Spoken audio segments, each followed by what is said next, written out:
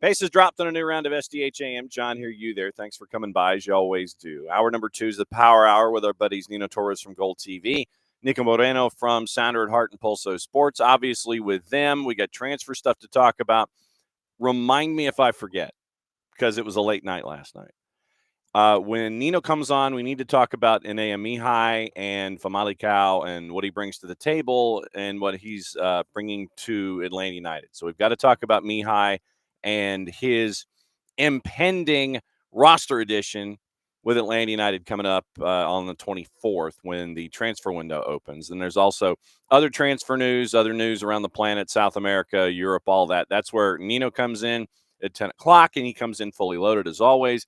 Niko Moreno joins us for the final half hour of the show, obviously, with what's going on out in Seattle. We've got to get the breakdown of everything that happened with Stephen Fry. And Andrew Thomas is ready to go. He said he's ready to answer the call for however long he's needed. So we'll start our conversation with the Stephen Fry injury, work our way forward from that. And we'll see what the latest is with our buddy Niko Moreno as we get ready for yet another weekend. We had MLS last night. We had MLS Next Pro last night with Atlanta United 2. Atlanta United getting ready for the matchup in Toronto. They're leaving tomorrow. And it is a unified plus first team weekend in Toronto. Really cool thing that's happening with Toronto FC's unified squad. It's the first match they're having since 2019. And they are going to have a back-to-back with Atlanta United when they come back in on August 24th, I believe. They're going to bring the unified squad as well. So it'll be a home and home with Toronto FC's unified. We mentioned the Genuine Cup. They're having their bracket reveal tonight on their YouTube channel at 9 o'clock. So at Genuine WC on the 280-character app, you want to see where Atlanta United's unified team is going to be after you have representation in the MLS All-Star game the week before. Then you're going to have the whole team in Houston at Rice University for Genuine Cup. You can go back and listen to that interview that we had last week and find out where Atlanta United is going to be placed in the Genuine Cup tournament. That draw 9 o'clock tonight. That's at Rice University at the end of the month. So busy times for the unified squad, busy times for Atlanta United, busy times for Major League Soccer and everything across the board. We got Club World Cup to talk about. If you missed Jason on Morning Espresso, we can do a short version of that. PSG reminds us all why they're the best team on the planet. It was a Class A thumping. THUMPIN thumping of Real Madrid yesterday.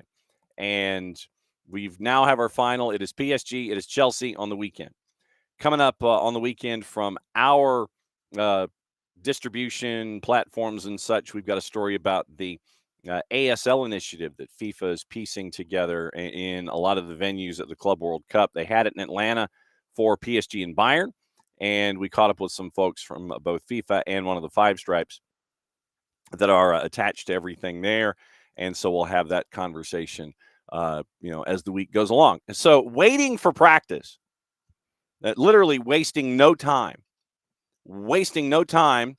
is a Maddie Cruz. Maddie Cruz is loitering in her car, by the way. I am.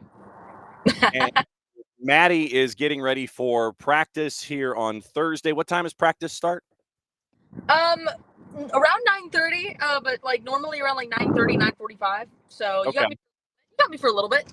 Okay. It was a late night for us last night with Atlanta United 2, and we were kind of making sure that the Thunder and Lightning was not going to be within 7 miles of the fraction last night. But it was good to have Atlanta United 2 back in Kennesaw, where we're not chasing them around the planet. Oh, I forgot to ask, where's your coffee? I don't have one today. I already had it, but I'm getting some after practice. Don't worry. Okay, because I didn't know, but considering how late a night it was, if you had coffee with you that you were taking in or not. So I already had it, and it was a cold brew. So like I kind of got to let it sit for a second. Like I can't have another one on top of it. But I'm getting one after practice, I believe, with Caroline and Sophia. So okay, yes. work. As the three of you are plotting to try and figure out how you can get into the Beyonce concerts. We really thought about it, and it was a full plot, and I think we're going to be plotting even more today as well. So it's going to be a full plot session, that's for sure. I'm shocked. Last night with the twos, how do I phrase this? FC Cincinnati 2 looked completely and totally, is disinterested a word to use? It's just like, we're here, we know we've got to be here. It's like you were like when we were little kids and our parents wouldn't let us stay at home to watch television, and they dragged us to wherever they were going, and you're just kind of sitting there going, okay, all right, I don't want to be here, and you're just kind of dragging the whole time. That seemed like that's what FC Cincinnati was last night. It's like, we're here, okay, I know we've got to do this for 90 minutes. They just seemed like they were dragged along for 90 minutes in a goalless draw that they eventually end up winning in PKs.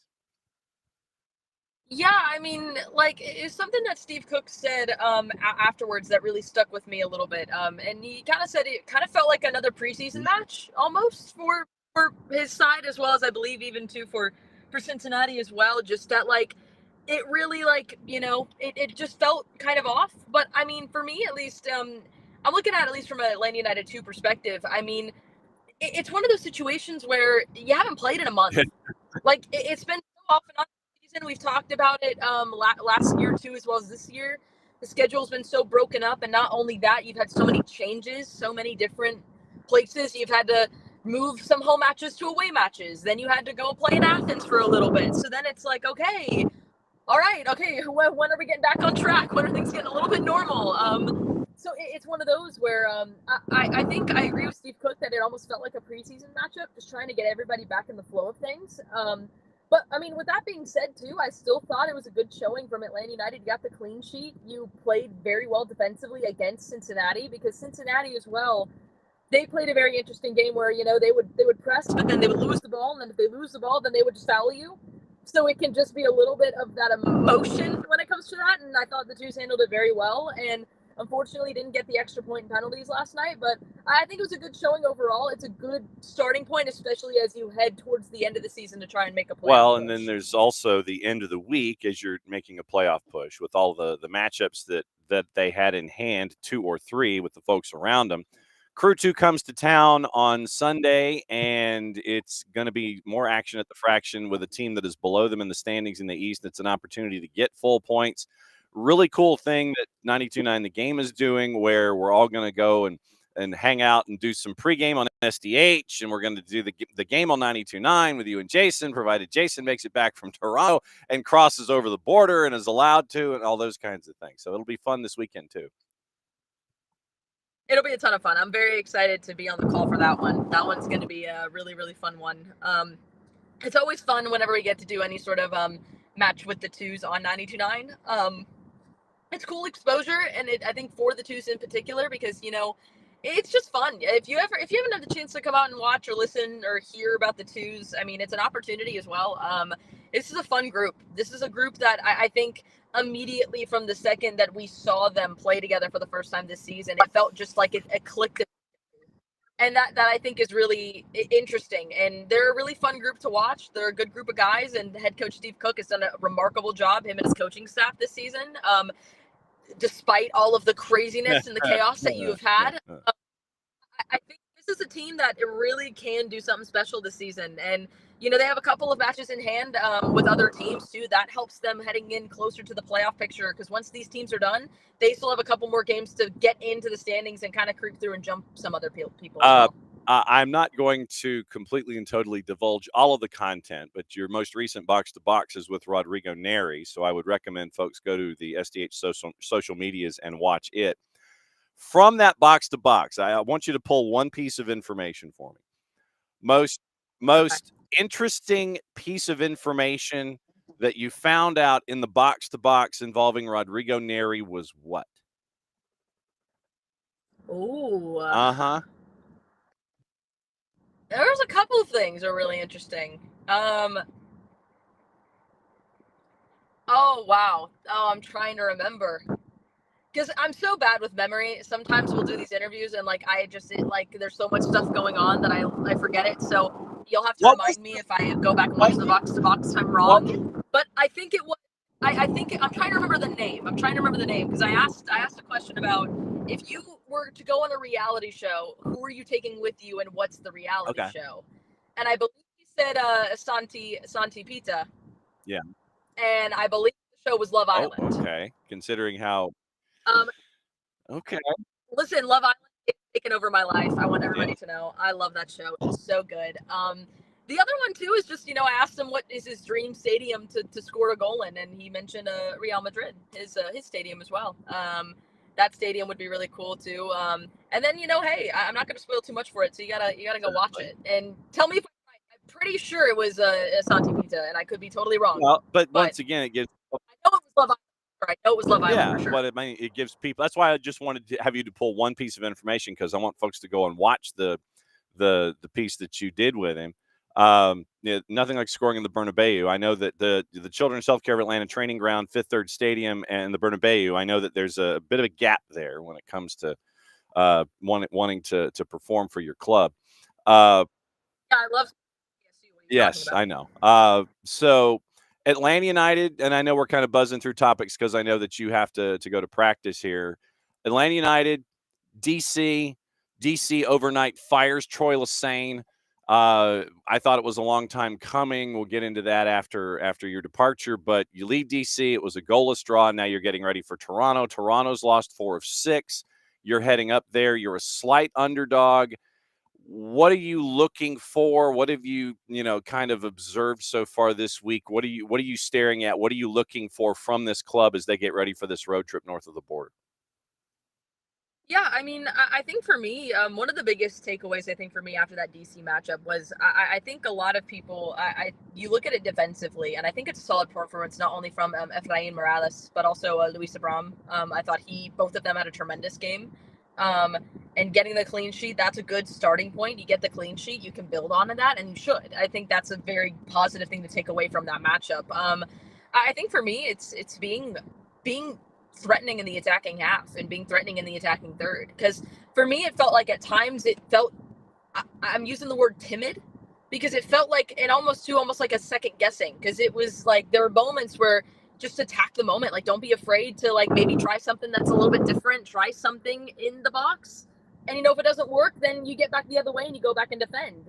But something that Ronnie Dyla has said all season long is to like dare to play. Don't be afraid to create those opportunities. Don't be afraid to make mistakes when you are in those moments up in the attacking third, and try something. Like, don't be afraid. And it kind of felt like that against DC. It felt like it almost was okay, I'm not going to take the shot here. I'm going to make the extra pass out this way. But then it allows for DC to get back and get numbers back defensively. So for me, I think when you go up against Toronto this weekend, I want to see a little bit more of that, just, fearlessness of not being afraid to maybe try that extra shot, not being afraid to try something a little bit different. Like, don't be afraid to attack those moments. I think for me, that's the biggest thing heading into Toronto.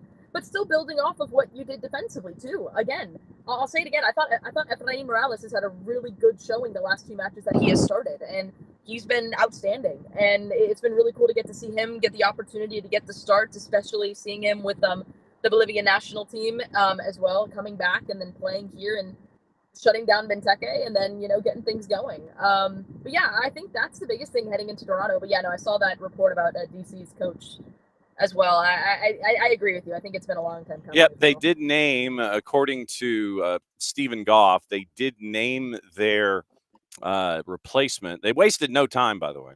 Firing Troy Lesane, top assistant Zach Prince after the Open Cup loss last night. DC agreed to terms with an unidentified replacement. That was Stephen Goff at 1:20 this morning. And so, of course, Tommy Scoops comes in, and as of 9:06 this morning, so at least I give Tom Bogert credit for waiting until the show is actually on the air and not doing something after we're off the air for a change. DC has agreed to terms with Swiss manager Rene Weiler to become the club's next head coach, according to GMS. 5-2 loss in Open Cup last night. They had a lead, as a matter of fact, last night. Club had been planning for a change for a while. Weiler was previously sporting director at Swiss club Servette, but has a long list of experience, and most notably his time with Anderlecht, won the Belgian league during his time there, also manager of Egyptian giants ATLUTD for a little more than a year, where he won the league title there as well. And so DC hasn't made the playoffs since 2019, haven't made it past the first round since 2015. So it appears that Rene Weiler, who was the unnamed known, the known unnamed known replacement for Troy Lesesne. It looks like it's going to be Rene Weiler from Anderlecht Servette et al. In Europe. It looks like he is going to be named the new manager for DC. Do you need to walk inside? I do not. I'm still chilling right now. I got time. I got a little bit of time. So, like I said, just seriously, just do what Jarrett used to do and just go ahead and leave. Don't worry about saying goodbye or anything. Am I the new Jarrett, and I'm gonna like. You're the first you. I mean, it's no, you're the first you. You don't want to be the second Jarrett, because then that means that you're way out on the edge and you're just kind of over here, and you don't want to be you. Be the first Matty Cruz. Don't be the second Jarrett Smith, because God knows the first Jarrett Smith is a handful anyway. Club World Cup. It was Real Madrid and PSG yesterday, and PSG just as we say here in the South, PSG found the whooping stick. Yeah, and they got the ruler, and it wasn't like just your basic ruler. It was that ruler that some folks had growing up, that had like the 18-inch ruler that had like the little metal rod across the top, and just like that little metal insert. It wasn't like your average ruler. It was 3-0 after 24 minutes, and PSG just basically found the switch, took them out back, and it was just like 4-0, and whap, it was all done. Listen, I'm just going to say it. I hope that people who are saying that when PSG did that to Inter Miami are eating their words, saying that it was embarrassing for the league, because Real Madrid, got a whooping as well. So I don't want to hear any more of that. That result was embarrassing for MLS. I don't want to hear it anymore. Because again, it's just proves how good PSG is. Like, as simple as that. PSG is incredible. I mean, even just seeing them in person this season for the Club World Cup, just seeing them in person, they made a fan out of me. I really love Luis Enrique and his style of play and what he preaches as a coach. That whole team, I really love Dembele. I think he's slowly becoming one of my favorite players I've ever watched. Like, he's incredible. And it's just so fun. Like, they just have a really good style of play. They know who they are, and they're getting things going. And they took it to Real Madrid, and they beat them, and now they're moving on to face Chelsea. And if I'm Chelsea, I'm worried. I'm nervous. I'm gonna tell you right now, because I have not been impressed with them at all. I really haven't. I have not been impressed, and I feel like a lot of those moments that they've had this tournament with the Club World Cup, in my personal opinion, I feel like it's been all luck. And I think they've had moments. I think against Fluminense, they did get the better of them. I was rooting for I thought Fluminense, I really wanted them to make the run, but Chelsea was just a better team in that moment. I think PSG is taking it home on Sunday for sure. I have no doubt in my mind PSG is taking it home. And they did it without having Lucas or Pacho, because of the 2 red cards that were picked up in the matchup against Bayern. So yes, it speaks to the depth that Luis Enrique has, the philosophy that he has, and I'm just waiting for Enzo Maresca to complain about the number of matches he's played, the grass, the schedule, the weather, or anything else that's on his mind. Yeah, I mean, listen, I think Chelsea's a very good team, and I think they are. I just think in this tournament, it hasn't been, I think, what we all thought it would be. I think for me, like, they've kind of been almost just kind of like a oh, okay, kind of been a bit of, I don't want to say disappointment, because it hasn't been a disappointment, but like for me, it just kind of feels like, okay, like nothing's really stood out to me. And but I mean, to credit where credit is due, they've made it this far. They outplayed Fluminense completely. They made it this far, and it was really good. But I think going up against PSG on Sunday, it's going to be a rude awakening. I think PSG is coming away with it, and I think I think Chelsea is going to be like, ooh, okay. Oh God, PSG. If I'm Chelsea, that's what I'm doing right now. I'm like, oh God. I'm like, they beat Real Madrid 4-0 and 3 goals in the first half. Oh, okay. You know what? Maybe I'm a little nervous, you know? Well, maybe Chelsea comes out and plays like FC Cincinnati too. They just kind of sit there and it's like, oh, do we have to be here, Mom? But that's the thing, though. Even if they do that, PSG is still going to come away with it because that's exactly like how they've been this entire season against Bayern Munich. That's what they did. They didn't have possession of the ball half the time, and they were able to handle it. When they had possession, they were able to attack those moments. That's like what's so impressive about PSG. That's what's so impressive about it. Like it's so good. I can't get over how good it is. It was so cool to watch. I don't know. I could be proven wrong though on Sunday. I don't know. Maybe this is an opportunity. Chelsea really gets things going and they step it up and they go. I just, from what I have seen, I don't think it's gonna happen. I just don't think so. I don't know what the score is gonna be. I wish I could tell you. I don't know if it's gonna be like an exact thing, because I honestly don't know. But I think there's gonna be a lot of goals scored. That is what I would Chelsea think. is a plus 408 right now in the juice boxes. We'll update that tomorrow, obviously. PSG is a minus 164, so prohibitive favorite PSG. 90-minute draws a plus 328. And like I said, I'm just thinking that Enzo Maresca and Chelsea, they're going to be kind of like, Mom, I don't want to go to Chess King. And you're just you're sitting there, you're kind of dragging to the mall, and your mom's got you by the hand, and your mom's taking you like Sears and Macy's and stuff, and you're just kind of going, like that. That's what I think is going to happen with PSG and Chelsea. To your point, the over-unders. It looks like they're not anticipating a whole lot of goals scored. Yeah, Really? Okay. plus 3.5 is when it flips at a plus 138. A lot of big negative numbers. If you go 2.5, it's a minus 174. 3.5 is a plus 138. So basically, it flips at 3. And then if you go to 4.5, you're looking at plus 293. So if I put on my Niko Moreno hat, and I'm like, no, not touching that one. No, not touching it at all. I mean, because the prohibitive favoriteness of PSG being a minus 164. Chelsea being a plus 400, that goal total, that over under, I'm like, I'm not so sold on that. What about the Club World Cup in general? I haven't gotten your thoughts on just the tournament in and of itself and what you thought about the good, the bad, the ugly, indifferent, all that kind of stuff. It's been really fun. I have really enjoyed it. It was a really cool. It was my first ever international tournament that I've ever. No. Club World Cup. Yeah, Club World Cup. But still, same thing.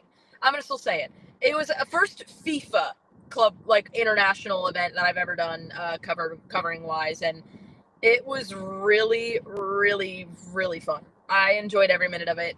It was just fun getting to, I think, see so many different teams from so many different parts of the world, getting to see some of the fan culture that's there and everything that is a part of it. I mean, you made me a fan of some teams now that if they're on, I'm gonna be watching. And it was a cool opportunity just to, I think, get to see so many different styles of football as well, and getting to really embrace it and getting to have it here in the U.S. That was a good treat, and it was kind of like a precursor of, I think, what we can expect for the World Cup next year, and I loved it. I enjoyed every minute of it. It was such a blast. It was really unfortunate that we didn't get more games, because it would have been really cool. They would have scheduled more games at 3:00 on a Monday afternoon.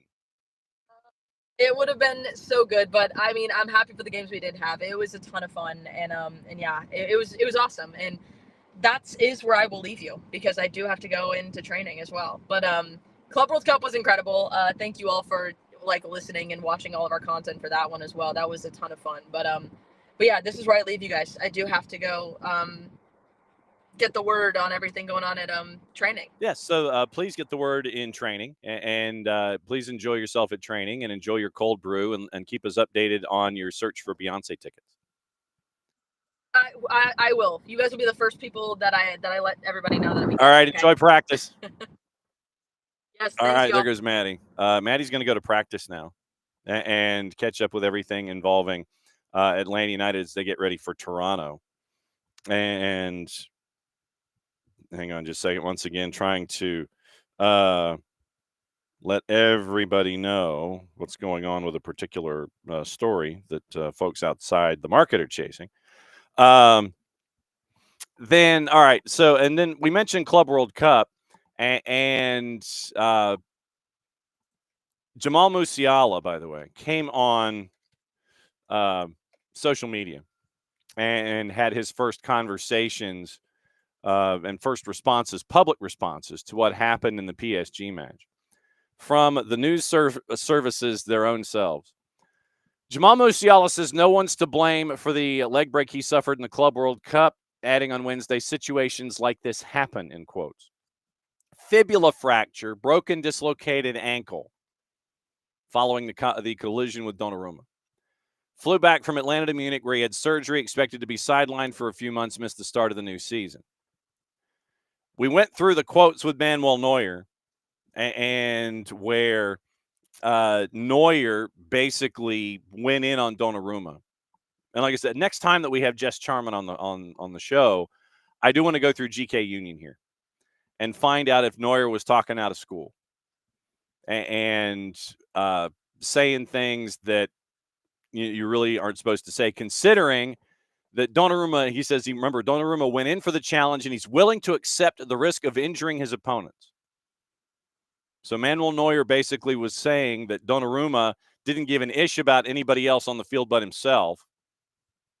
And in a situation, I would have reacted differently. I doubt it. Like I said, look up Manuel Neuer in key moments in big games. What is a high challenge with a knee? What is that?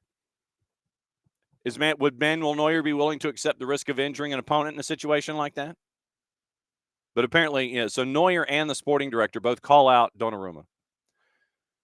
Max Eberl, once again, he came out, and I explained that situation with the mix zone, where both Eberl and Neuer go to a station where there is no camera and there is no speaker, and there's no audio mult box to plug in to listen to them. They go to a fourth location where it's just a fence and people with their devices. Eberl said that there was a big danger something can happen with the keeper jumping in to secure the ball and that the action was not without risk. I legitimately would discuss glass house construction with Bayern Munich. Musiala, in an Instagram post, quote, "The surgery went really well. I'm in good care, and I wanted to say there's no one to blame for this. I think situations like this happen. And now I'm just going to use the next period of time to build up my strength and positivity again." So Jamal Musiala says, surgery went really well. I'm in good care. I wanted to say there's no one to blame for this. I think situations like this happen. Now I'm just going to use the next period of time to build up my strength and positivity again, end quote. Donnarumma, once again, remember, posted that message to Musiala. Musiala responded, "Thank you for your wishes, and don't worry, that's part of football." Remember, Max Eberl said he'll get everything he needs from us. We'll support him intensively, be by his side. Already look forward to when he's back on the pitch. 21-8 in the Bundesliga last year. 22 years old, player of the year for Germany's national team, runner-up in 23 for the Golden Boy Award, awarded to Europe's brightest U21 talent. Debuted for Bayern Munich in 2020 when he was 17, first teenager to appear for Germany to World Cup since 58. So Jamal Musiala ends up being the adult in the room. He ends up being the adult in the room. When the youngest player in the discussion is the one who is saying, it's all a part of the game, I get it. Sadly, and this is me being me, I wonder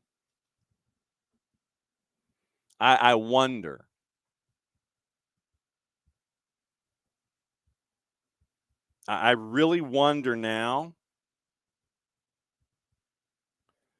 what the response is going to be in the locker room.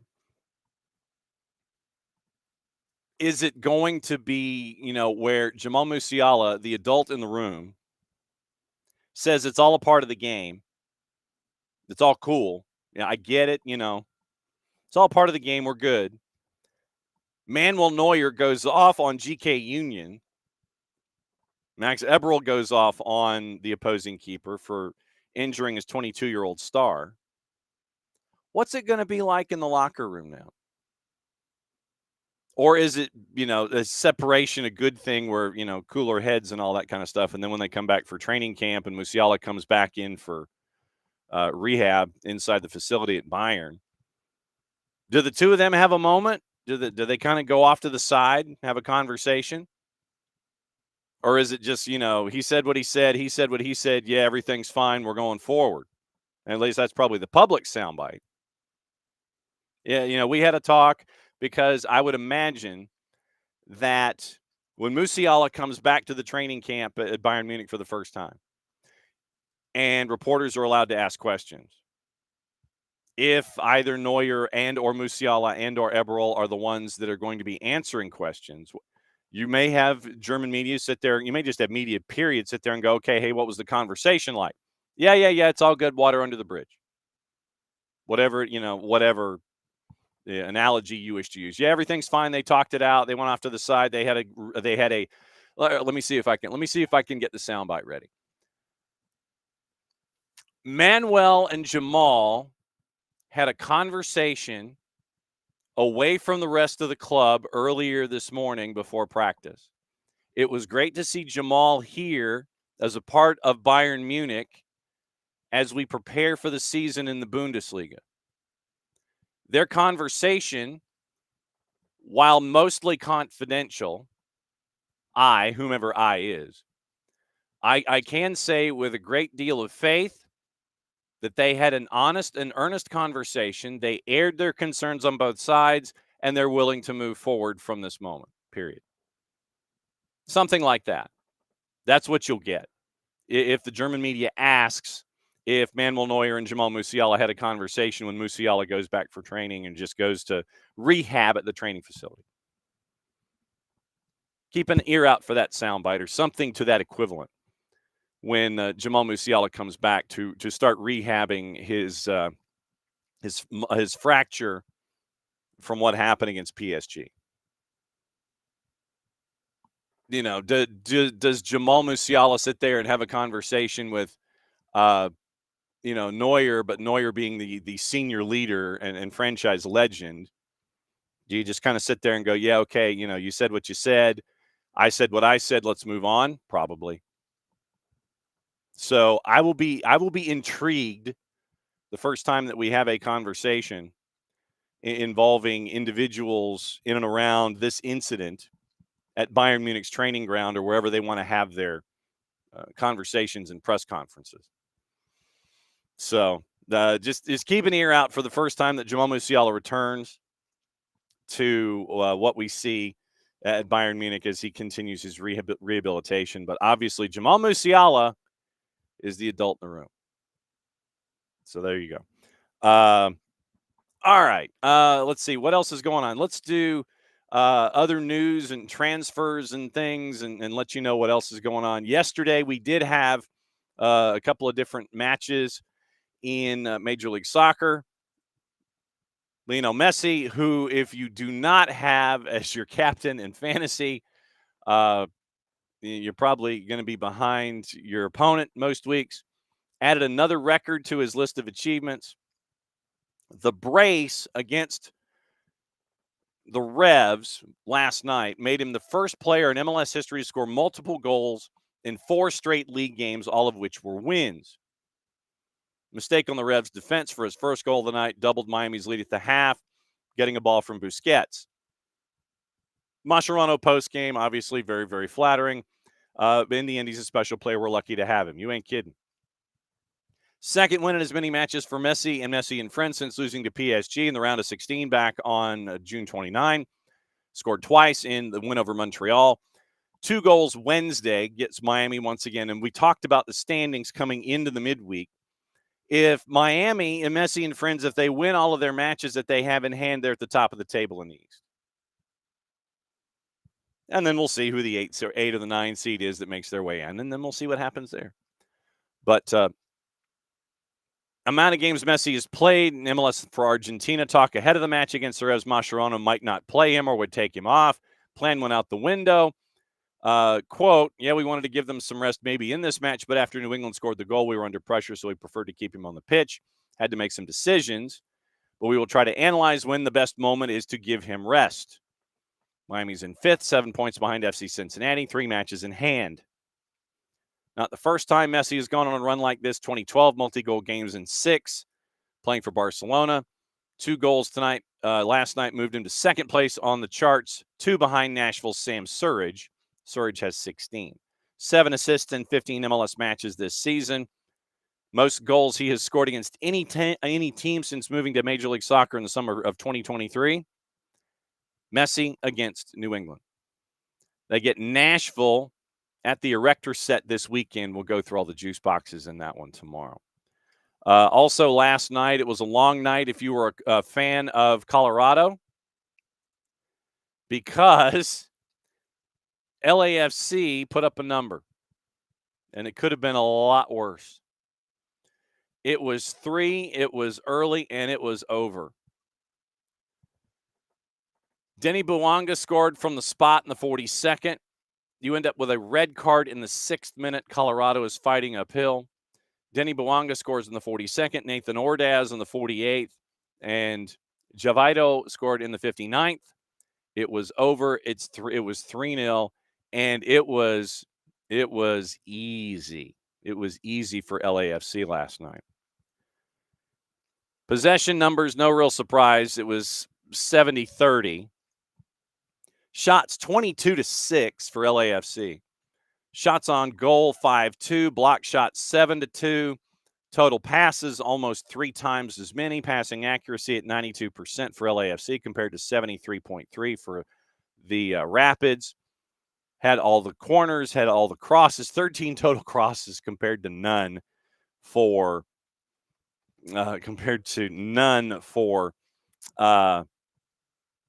our friends in Colorado. Wow. Yeah, it was a long night. Let me go through the numbers of some of the stars in this one. So the lineup, once again, and you thought that there might have been a little bit of rotation, but there wasn't. Bouanga, Ordaz, and Javido up top. Mark Delgado, Jesus, and Tillman in your midfield in your 4-3-3. Hollingshead, Segura, Long, and Palencia. Denny Bouanga, by the way, wrapped up with an 8.5, according to our friends at FOTMob, playing the full 90. 1 goal on 2 total shots, 44-50 passing at 88%. 2 chances created, 1 the penalty. XG plus, now this is, so XG plus XA. I still get confused by all this math.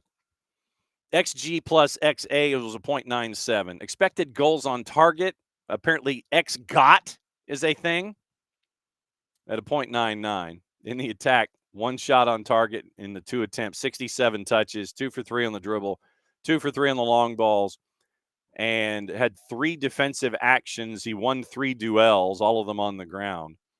So that was Denny Bouanga. That was Denny Bouanga last night, registering at 8.5. No one for Colorado registered outside of a 6, except for DeFreitas in net and Chidozie Awaziam, who, with everything going on around him, punched a 6.8, which was a shock to me. And the subs all punched in north of 6, but it was a long night for the offensive folks for the Rapids. Yapi a 5'9", Navarro a 5'7", Georgi Mihailovic a 5'9", Cole Bassett a 5'7", Olivier Uraz punched a 6, Atencio a 6.1, Maxu a 5.1 in defense, Cannon a 5.9 on defense. Yeah, it was a long night. Courtesy of our friends at FOTMob, LAFC gets the win. And expected goals, by the way, XG 3.8 to 0.4. 3.8 to 0.4. 20 fouls for LAFC. So LAFC had 20 of the 28 fouls called. Of the 8 fouls that were called on the Rapids, 1 resulted in a red card. That was the kind of night that it was for Colorado. It was a long night for them.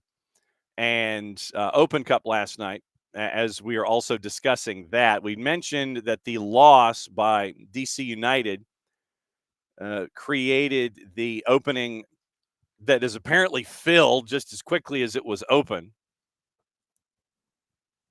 Renee Weiler apparently is going to be named the new manager for DC United, according to Tommy Scoops. Troy Lesesne out after a 5-2 loss at Geodis last night in the quarters to Nashville.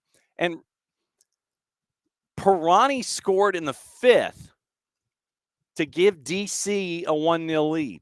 They had a 1-0 lead and lose 5-2. Marr had an own goal in the 24th, so they had a 2-0 lead and lost 5-2. Perez in the 26th, Surridge a brace in the second half, Andy Nahar and Walker Zimmerman. It was 2-0 after 24 minutes. Pirani and an own goal. DC had a 2-0 lead and lost 5-2. And so after the match, Troy Lesesne is number 1 assistant. They're gone. Apparently, Renee Weiler coming in. Montreal and Forge, by the way, in the Canadian quarters, in the Can-Champ quarters, tied at 2. Vancouver beat Valor 2-1.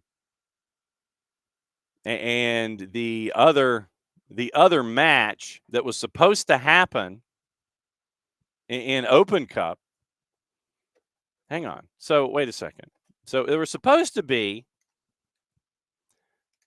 the matchup in Philly last night that was supposed to happen. It was early rain and everybody was supposed to be heading for the exits. Everybody was supposed to be heading for the exits very, very early. And so it was an early night for people trying to find and run for cover. So it was supposed to be last night, Philadelphia and Red Bulls. So let's check and see if we have any word one way or the other on the matchup that was supposed to happen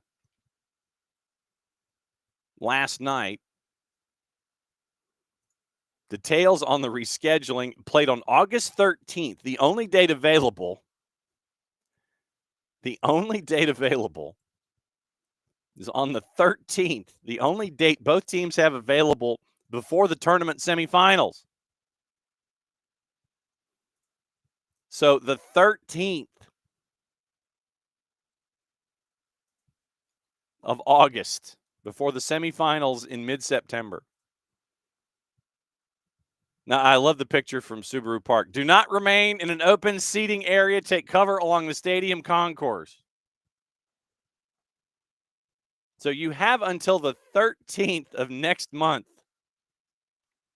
to figure out what's going to happen before the semifinals actually happen. We know 3 of the 4. The 4th one, we have to wait for a whole frickin' month. Not just a month, but a whole frickin' month. And it also appears that Messi and friends might be adding Rodrigo de Paul. The discussions to bring him in are in an advanced state. And it's looking like it is somewhere in the neighborhood of 15 to 20 million to bring in Rodrigo de Paul from Atletico de Madrid. And everyone is saying that everything is advanced. My guess is that once this goes down, we'll be optimistic. We will sit there and say, obviously with things edging closer, apparently, according to our friends at BN, The move alleged of Rodrigo de Paul, the Spanish club has set their own conditions. According to the four-letter, Diego Simeone is against losing one of his key midfielders. In this scenario, the Argentine has not agreed to sign a contract extension with the Colchoneros, opening the door to an exit. There's an understanding that selling the Argentine is a viable option as he could leave for a free in 12 months. So basically, once again, as we always sit there and mention, you are supposedly in control of the asset. That is why you have the asset for as long as it goes. So if you were to look at a contract, you better get something for it instead of having somebody walk away. So right now, Rodrigo de Paul could leave on a free in a year. You still are in control of the asset. So if Messi and friends are interested, Atletico is reportedly seeking just over $17 million, though Mundo Deportivo suggests the amount could be lower. Not long ago, Rodrigo de Paul was considering extending his deal, but now he is seriously contemplating saying yes to playing alongside Messi. That's like the scene in Ghostbusters. When Gozer the Gozerian asks if you were a god, Ray, you say yes. If Lionel Messi asks, hey, do you want to come play alongside me and be on my roster? You say yes. So Fabrizio Romano reporting that Rodrigo de Paul is leaning toward MLS. Losing Rodrigo de Paul could be bad news for Simeone, good business if you consider he could be moving without generating a cent. And so the folks at BN think that 17 million is the tag. And so keep an eye on that. And you might want to follow Rodrigo de Paul and his 13.6 million followers on the IG, the Gram, or the Insta. So I am now following Rodrigo de Paul on the Insta, by the way. Followed by Fanatis, Teise, and Thiago Almada. We do not have a Thiago Almada update, by the way. So Rodrigo de Paul looks like it's going to be 17 million. Looks like it's going to be Messi and friends. But, and Rich, I will answer your question in a second. Here's how I anticipate this deal going down. Remember the conversations that we've had about Luis Suarez and how it is apparent, to some anyway, that this will be Luis Suarez's last year and that he will go home and spend most of his time building the franchise that he and a couple of his friends that are also famous footballers are building from scratch. My guess is this is how it will work. This season, Rodrigo de Paul will be an AM player. Subsequently, after this season, Luis Suarez will get his thank you and his goodbye, or something will be named. Something will happen late in the year. There will be an announcement where Luis Suarez will say that, I've loved my time here, but it's time for me to go home. And so that's what I think is going to happen. You will end up having Rodrigo de Paul as an AM player this season. For the rest of the year, he'll be an AM player because as of the tail end of February, remember we discussed this when it came to Kevin De Bruyne before De Bruyne stayed and he went to Serie A. Messi and friends right now have just over $3 million in AM available. Actually, $3 million in just GAM. 3.151842. $3,151,842 in 2025 GAM available. They could drop whatever percentage of that they wanted and bring in Rodrigo de Paul as an AM player this year. And then what you could do is you sign him as the DP next year once you end up with Luis Suarez going home. He's going home. Feel like the George Carlin sketch. Right now, and this is as of March 3rd, your DPs, Alba, Busquets, and Messi, all contracts through the end of this year. Alba signed the extension. Busquets, you got to keep an eye on. U22s, Aviles, Fede Redondo, Talasco Segovia. Your AM players so far, your contract right now, your AM players, Allende, Gressel was, Falcon, Lujan, David Martinez, and Luis Suarez. So technically, Luis Suarez is a TAM player anyway. You can just add Rodrigo de Paul as an AM and then probably wiggle some contract with Busquets or Alba and see if you can buy them down. But I think my gut tells me, at least early on, that Rodrigo de Paul would be an AM player. Or, you know what you do? You just sit there and you just go ahead and say, look, we'll add a fourth DP. I have no background intel, info, anything like that. But after what happened in the Club World Cup, you know there's going to be the hue and cry of, oh, no, Major League Soccer, they're falling behind. So what do we do? Well, you ain't really falling behind considering everybody got thumped by PSG. And LAFC kind of hung with Chelsea as best they could in the group stage. Do not be surprised if at some point, next couple of years, you end up with a fourth DP slot. Like I said, that's just my gut. I have no intel one way or the other. So that's my gut. But since Suarez is an AM player this year, do not be surprised if Rodrigo de Paul is an AM player with the over $3 million that they have in GAM available to them as of the end of February.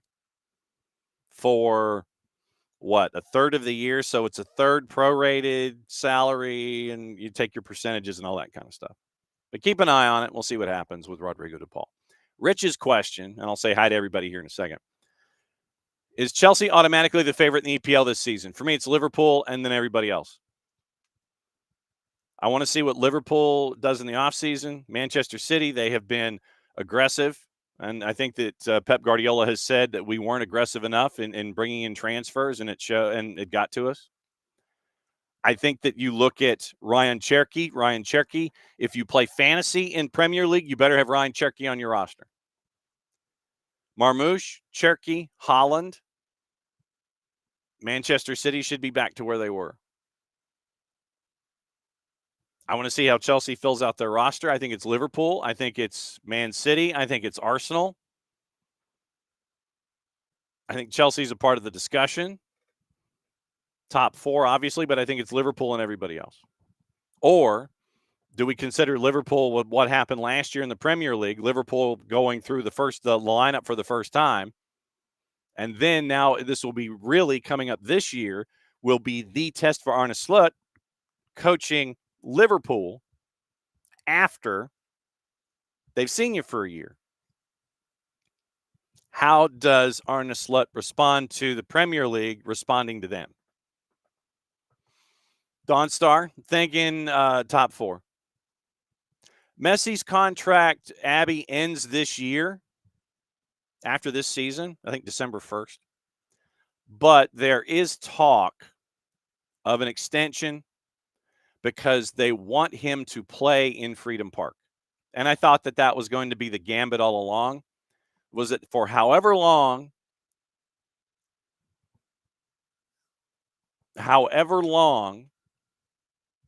it was going to take for Freedom Park to be built, that the Moss brothers and David Beckham want Lionel Messi to be a part of that growth. They want him to usher in the new building. You figured he was going to be a part of the World Cup in some manner, way, shape, or form. You figured that they wanted him to usher in Freedom Park.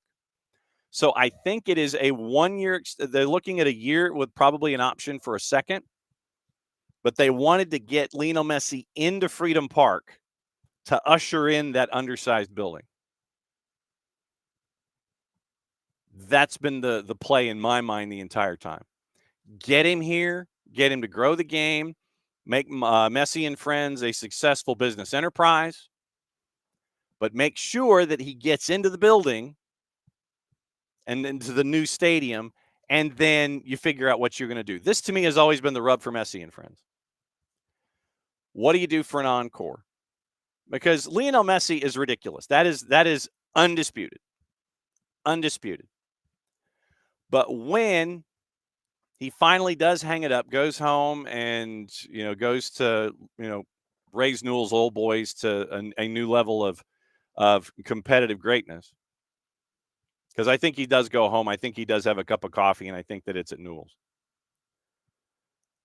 What does Messi and friends do for an encore? Is it Lewandowski? Is it literally pick your star in Europe, bring him over? But who's going to have the swag that Messi does to help Messi and Friends version 2.0? Who's the new guy that's going to move the needle for the TV deal that they have with Apple? Who's going to move the needle in Freedom Park? That, to me, is the larger question. So that, to me, keep that off to the side. I mean, it's not something to look at right now.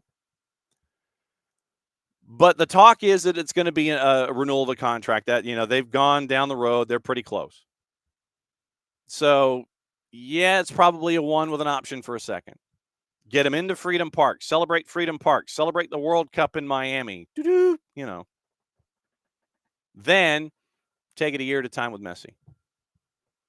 But who do they bring in that has the same kind of stroke? That's the biggest question. When our buddy Nino Torres comes in, I'll probably ask him that question too. Let me say hi to everybody.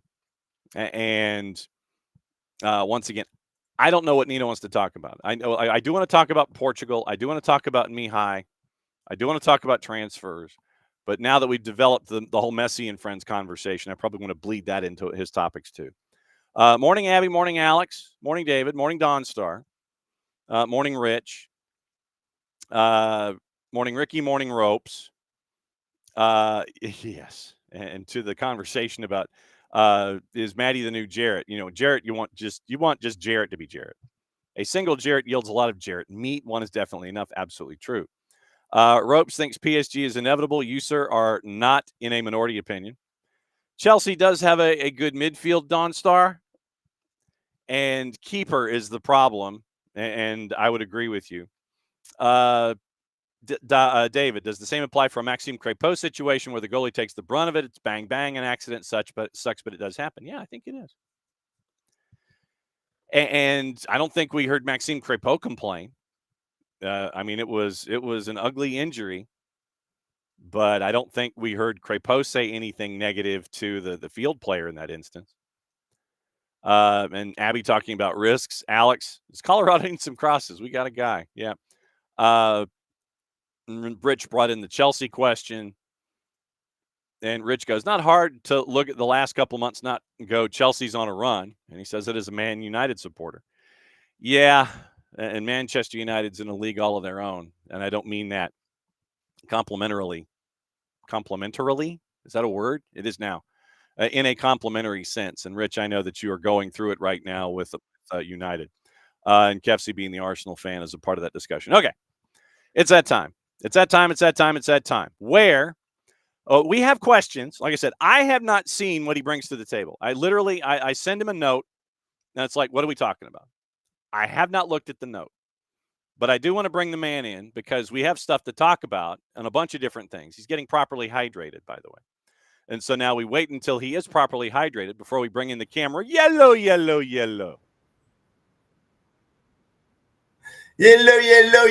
Soccer Down Here fans. Nino Torres with you today, fully loaded. We got a kind of different stories today to share with you. So be ready. Okay. So I have some things on the table that have kind of come up this morning.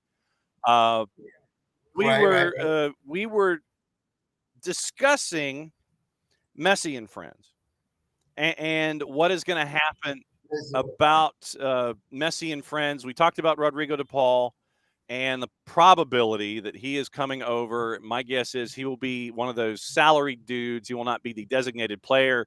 The machinations of the economics. He's probably going to be a general allocation money player. Won't be a designated player like Alba, Busquets, and Messi. He'll be on that next level where you have to massage the salary a little bit. You sit there and go, "We'll tell you what, we'll do this, but then we'll do this. We'll get you the fancy car, but it'll be from a different place. We'll get you all these kinds of things." When Messi goes, when Messi finally retires at the age of 62, and he goes to Newell's and he lines up everything in his career and everything's done, what do you do for an encore if you're Messi and friends in Fort Lauderdale? Who do you bring in that's going to have that kind of stroke in the next year or two that's going to move the needle as much as he has when it comes to Major League Soccer and keeping a franchise at the front of everybody's attention spans? Who do you bring in? Nobody. There's nobody like him to bring in, and I don't know what's the negotiation capacity for David Beckham to lure into the MLS a top player like Messi. But I think the Inter Miami is gonna keep going that route. I don't know who they're gonna bring, but they're gonna bring somebody with some star power to seduce the fans in not just in Florida, but is it like Lewandowski or somebody like that? You know what? Believe it or not, all right. This is Nino Damos talking, right? This is Nino Damos talking. That's seriously talking here. I think within the next years, I want to say within the next 5 years, stars. I mean that they're not going to be in the 34, 35, 36-year-old range. No, they're going to come in earlier than that. Okay, so just be careful and be cautious and be patient, because remember, this league is still developing. This is a league that is so young. No, we're not young. We're born in 1996. Yeah, 30. What was 30. 96, right? Brother, I just call the oldest Clásico in the world in Uruguay. All right, we're talking about the teams that they have a history of 515 games between the two. Tell me who has a 515 games between the two in the MLS? Nobody. There's the history of the MLS is still young. There's still a baby league. No, we're not. Yes, you are. It's a developing league. All right. I know you want your league to be the best league in the world. Eventually, it will get there, but not now. Not within the 5 years. It takes time, brother. It takes time. This is but now we're in an era where everything is so fast, so quick. It's just with the tip of your fingers, you can get whatever you want. But now with a league that's still developing, and this is a unique league. It's a unique league. Besides Argentina, I got 30 teams, right? But that's a different story. I got a story about Argentina too. But no one in the planet has 32 teams. No one. This is the only league that can get that, and it's the only league that can come away with no relegation. Even though I don't know, it's still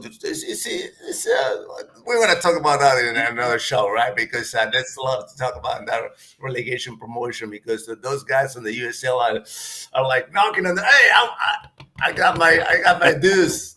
Let me get in. We'll see. This is the culture in America is different. I mean, there's no relegation in any league. So why would it be a relegation in soccer? But that's a different story. Yes. For another day. Okay. So I wanted to talk Portugal on a couple of different fronts.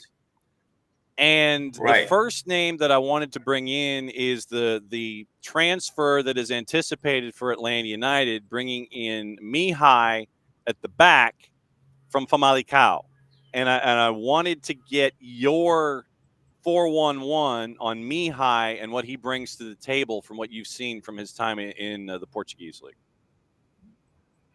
He brings to leadership. He brings a real game. He brings anticipation. He brings consistency. Consistency. Those are the four topics, the four areas where Hash excel in Family Cow. This is a guy that doesn't play under 6.5, 7 points throughout the season. All right, throughout the season, he doesn't get ejected like many other center backs in the league. No, he doesn't get ejected that much, right? But he's a consistent player. This is a reliable. He's a Toyota Camry for you. All right, that's what he is for you. He's not a Lamborghini. No, he's not.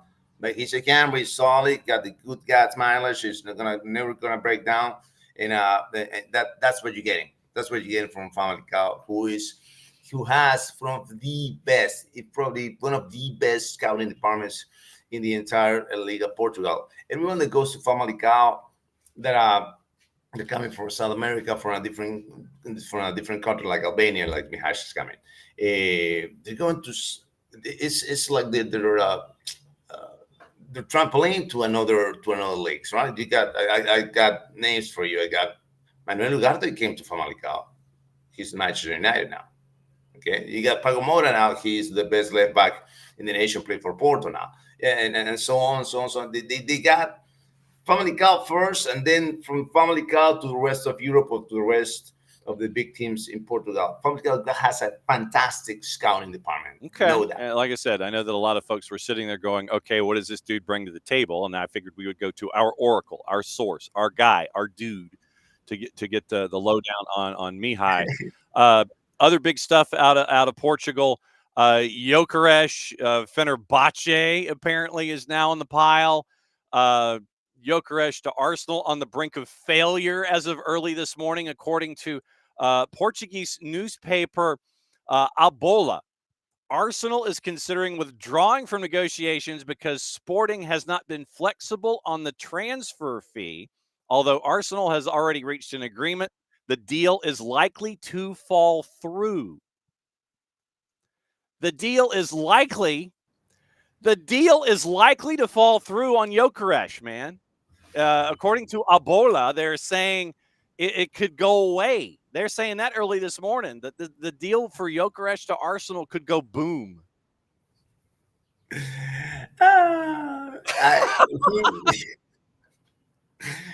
Look, he's gonna go. He's gonna go. It's too early. We got so many chapters of this soap opera, brother. We got so many. He's gonna go. There's no doubt. To Arsenal, I don't know, but he's gonna leave.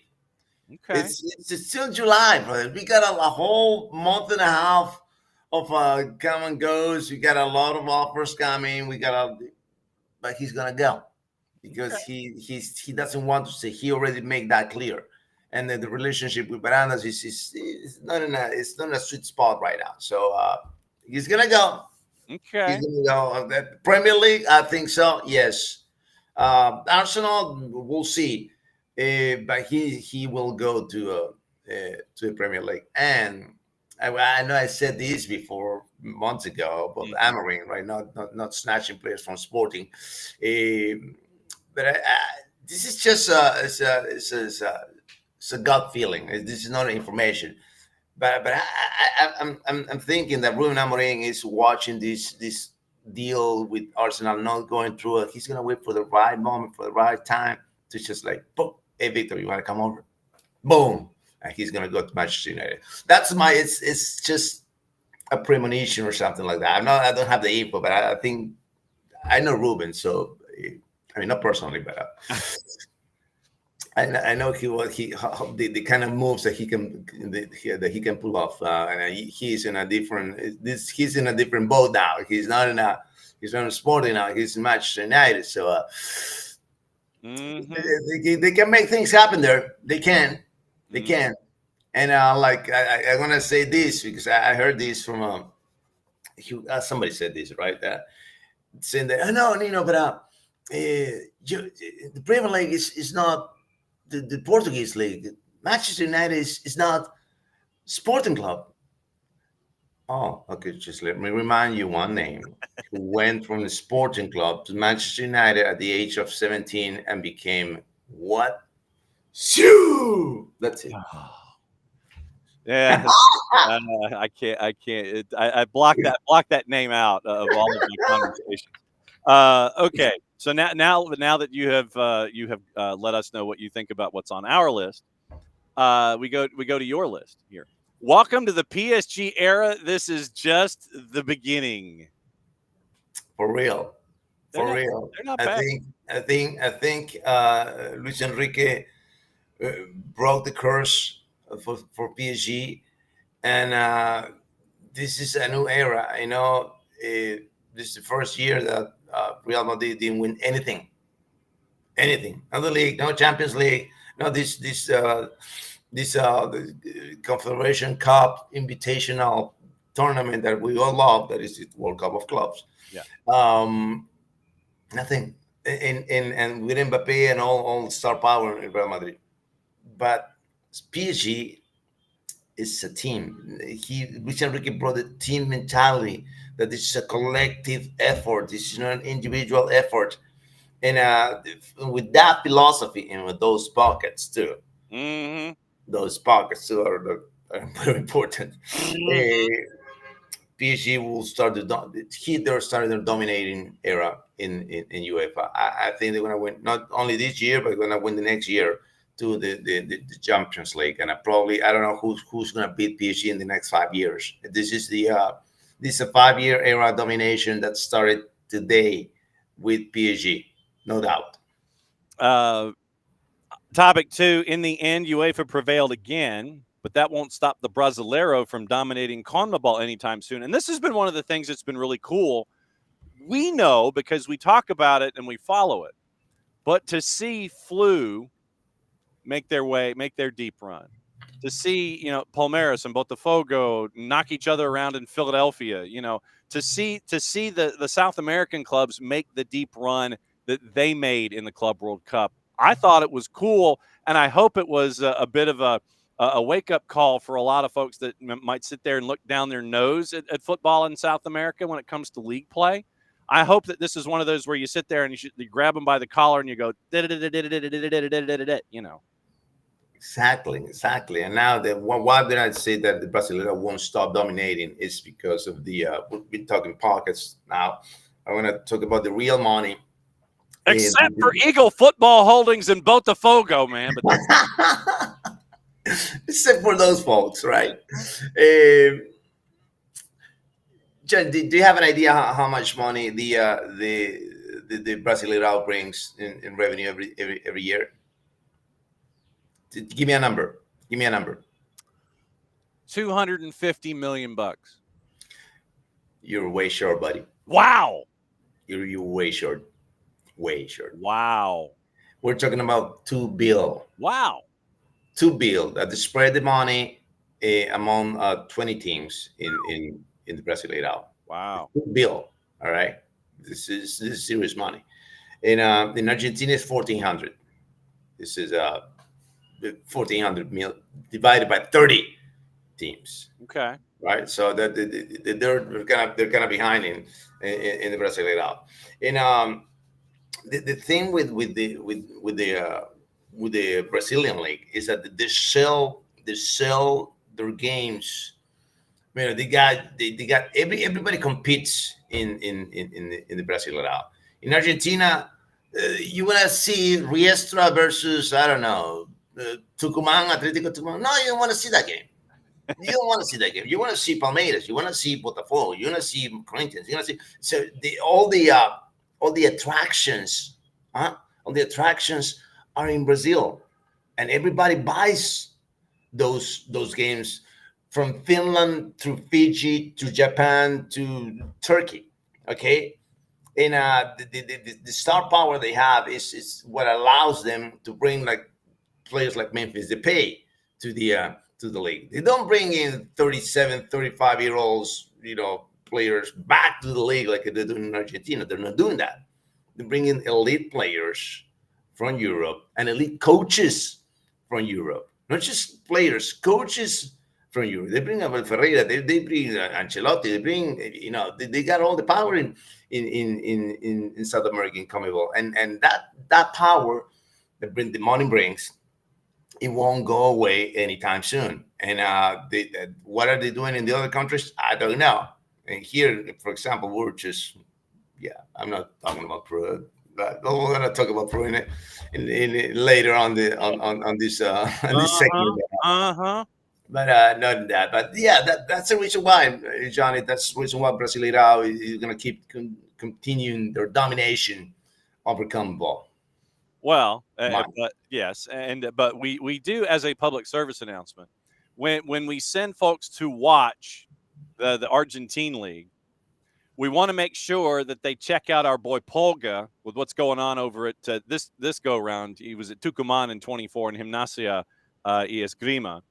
But look, when you're 40 and you're still cranking it out as a second striker, you don't mess with our boy Polga. No way, brother. And we just, I don't know what it is. That we, 40-year-olds are trendy now, huh? We got Paulo Guerrero here in Peru. He scored a hat trick the other day, and he's leading the table for Alianza Lima in Peru at the age of 41 years old, and you got many other players across the world, across the leagues, that they're 40. Cristiano, let's mention that. Cristiano, you're not a team, Cristiano alone, are you? You're not, right? Yeah, no, I'm Team Messi, bro. I know. No, not happening. Keep doing that, bro. That's the Joker's thing, man. You know that, right? No, I didn't. I didn't. That's not about the Joker's is here. Okay, this year. That's his celebration.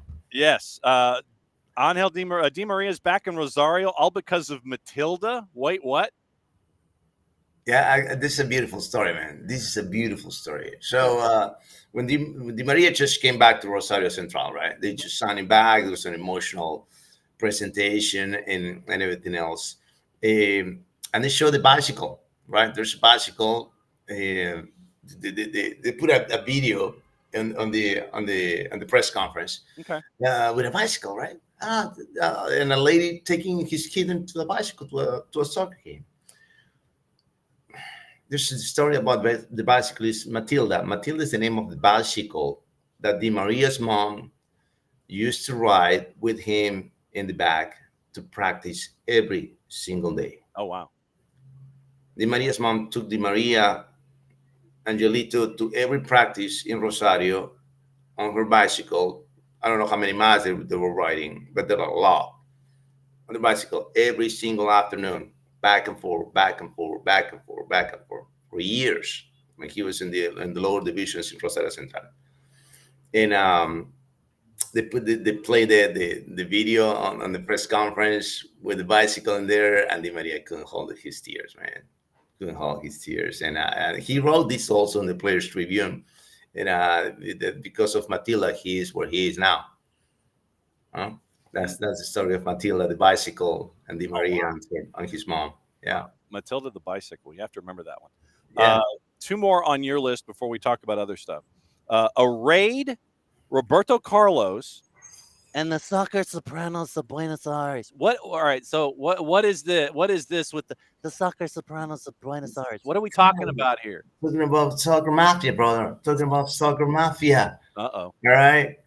So Roberto Carlos is one name. Diego Lugano, Paulo Guerrero, Felipe Melo, Roberto de Assis, Ronaldinho's brother. They all got their licenses, the coaching licenses. It's a license, right? You can coach national teams with that license. Yeah. You can coach, A clubs in soccer. Excuse me, something funny about your licenses, how you get those licenses.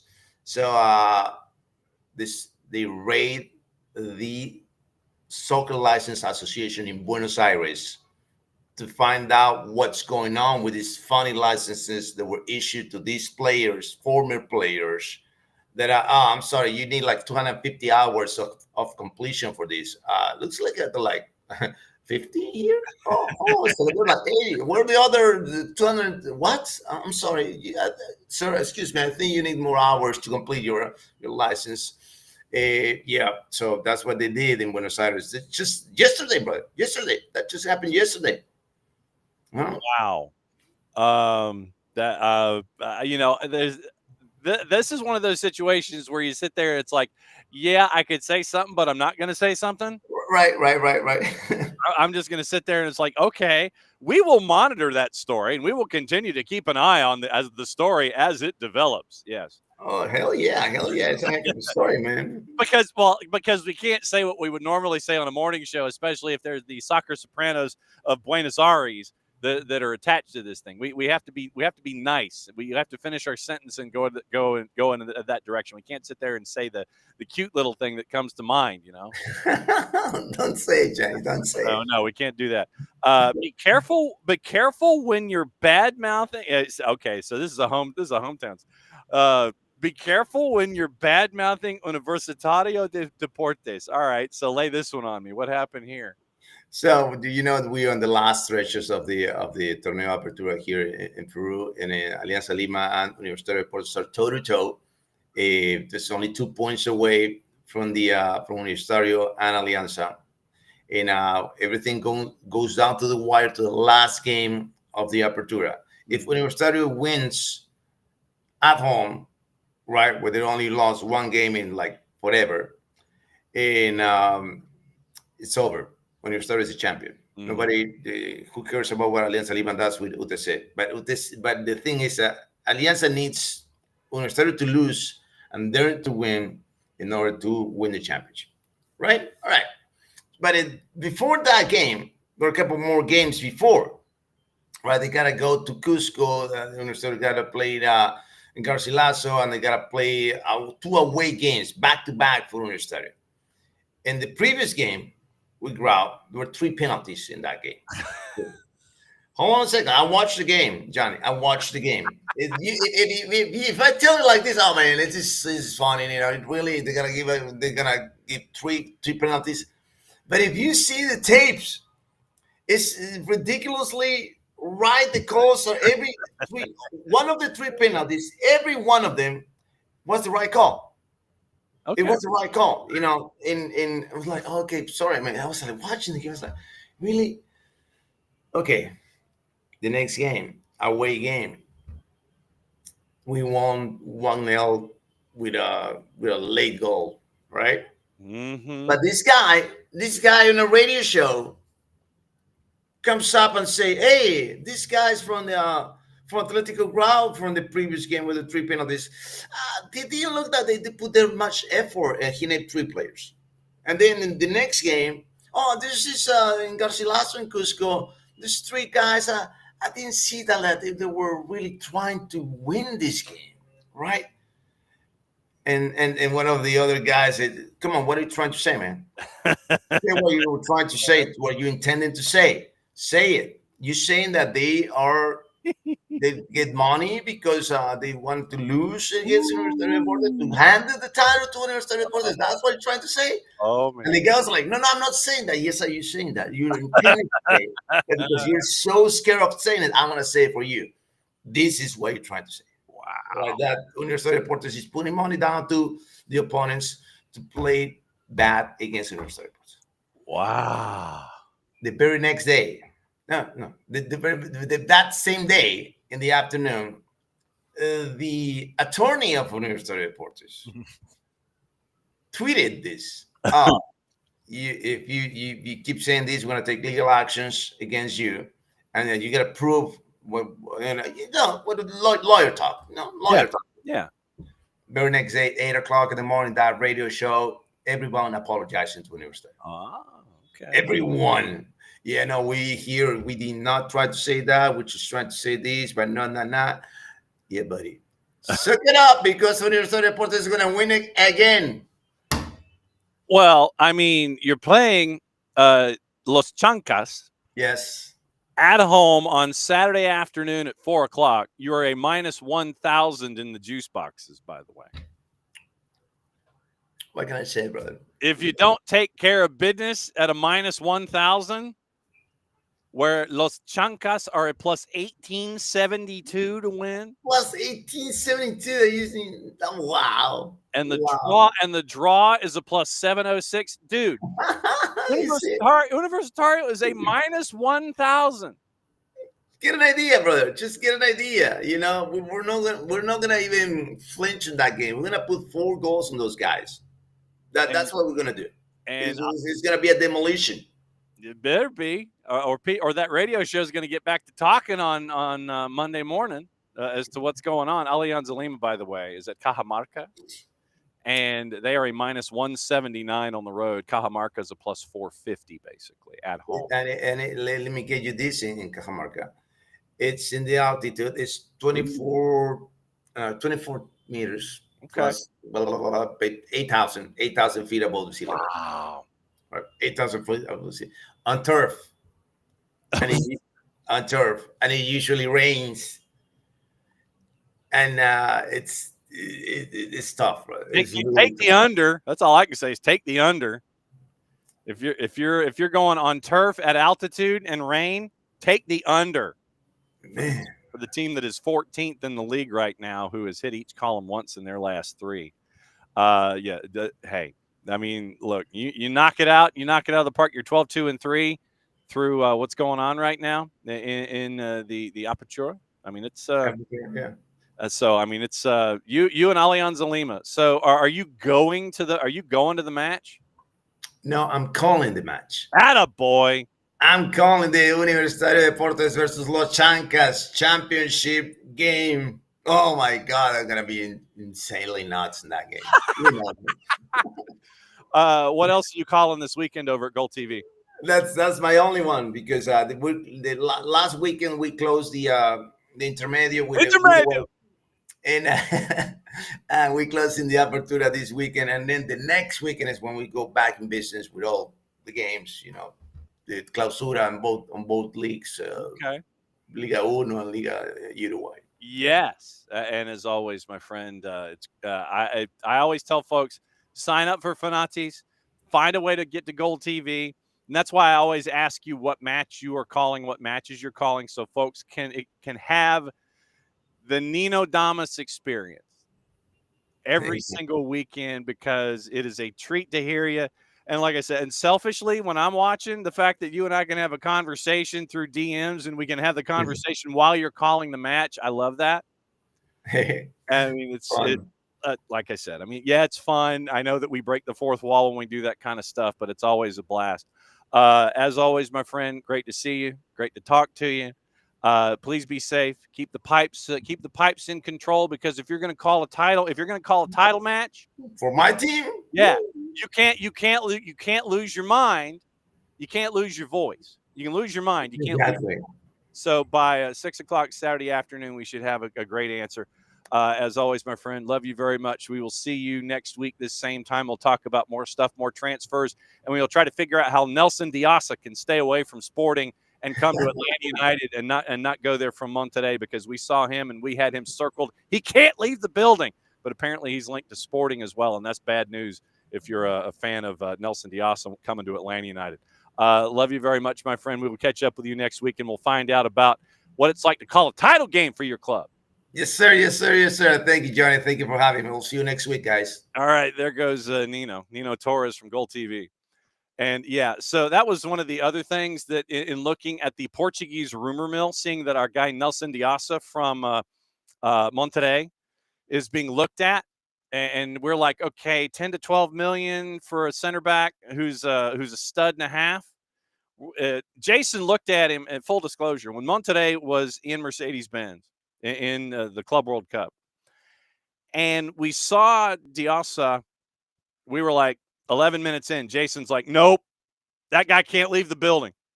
He cannot leave the building. Not happening. He has to stay. Have him as a center back for Atlanta United. Well, apparently now, of course, Sporting in Portugal has said, yeah, we're interested in the guy. Can we just kind of go to Sporting and go like, no. Look at the tape on Nelson Diasa, and you'll see what we're talking about. Dude is a stud. Stud. STUHD. That's how much of a stud he is. Nelson Diasa, look him up. But yeah, I was looking in the rumor mill because, we always want to keep an eye on Gyökeres and all the other big names that might be working their way over to other places in Europe from Portugal. And secondarily, I'm glad we got to catch up on Mihai and get the 411 on him this morning. So that was very cool. Got the 411 on him, and how Diosa from Monterrey cannot leave Atlanta, and he has to stay, and he can't go to Sporting in Portugal. All right, last half hour.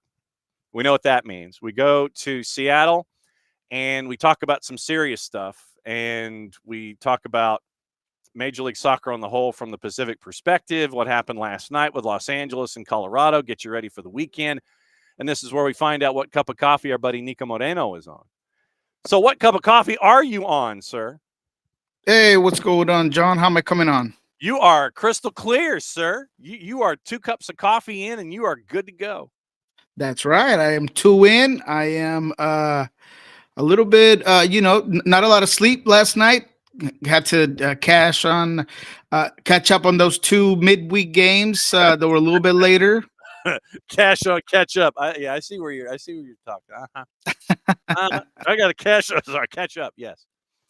Oh, I know where you were going. I know. That's right. You know, you gotta get it where you can get it, right? Mm-hmm. Absolutely true. But we are always glad that you get to come on and hang out with us. We got to start with what happened in Seattle with Seattle and Columbus. Stefan Fry made it to Providence and Swedish Bouncy House and Shooting Gallery, and went to go and catch up with his teammates. You were there for that, and I'm gonna ask it this way: was it as scary in person as it looked on television? The injury to Stefan Fry. It was. It was even more dramatic because you're seeing it live. You are getting the reaction from all the guys, right? You're seeing tears in people's eyes. You're, seeing the public, the fans, just everybody phones out. Everybody in almost in tears. The supporting section. I was actually starting to walk out of the stadium because I had some to get to right after. I actually had to do the press conference via Zoom. And so I got to see the reaction of all the fans on the side of like the club seats. And man, it was, you could hear a pin drop while Stefan Fry was on the ground. So it was very dramatic. Nobody knew what was going to happen. It escalated little by little, right? I mean, first is the collision, then is Steph on the ground in that fencing position or fencing stance that that there's some trauma there. Then is he moving? He finally is. There's some movement of the legs. And then eventually is the ambulance coming on. Of course, because I'm on the side of where the fans are at, you could hear the call, right? The Apple TV call, and you could hear Brian Smetzer on the mic clearly plead with the referee to just call the game. And then you see Wilfred get involved, and he's like, "Yeah, man, we need to get this done and over with." So that was pretty remarkable, and I praise Wilfred for not even hesitating and being the one that actually approaches the situation and says, "Hey, yeah, I'm okay with just calling this thing off." We still have not heard from Pro. I know that Jeremiah has been making some inquiries about what the process is and what the reality is if a situation like that was to happen again. End of the game, couple of minutes left. There's a dramatic situation as it happened, and you decide as a referee that you want to take the last corner kick. I just don't understand it. And I get the competitive side, and had that corner kick made a difference for Columbus, I don't even know if they would take those points. I think the only guy that maybe looked like he was trying to take it was Diego Rossi. He was really like involved with the referee. I mean, no, I haven't talked to him. No one has really. But aside from that, I just don't know how you could expect Christian Roldan and Jackson Reagan and Jordan Morris trying to defend a corner kick after seeing their brother, their leader, their captain taken off in an ambulance like that, not knowing what was to be of his health.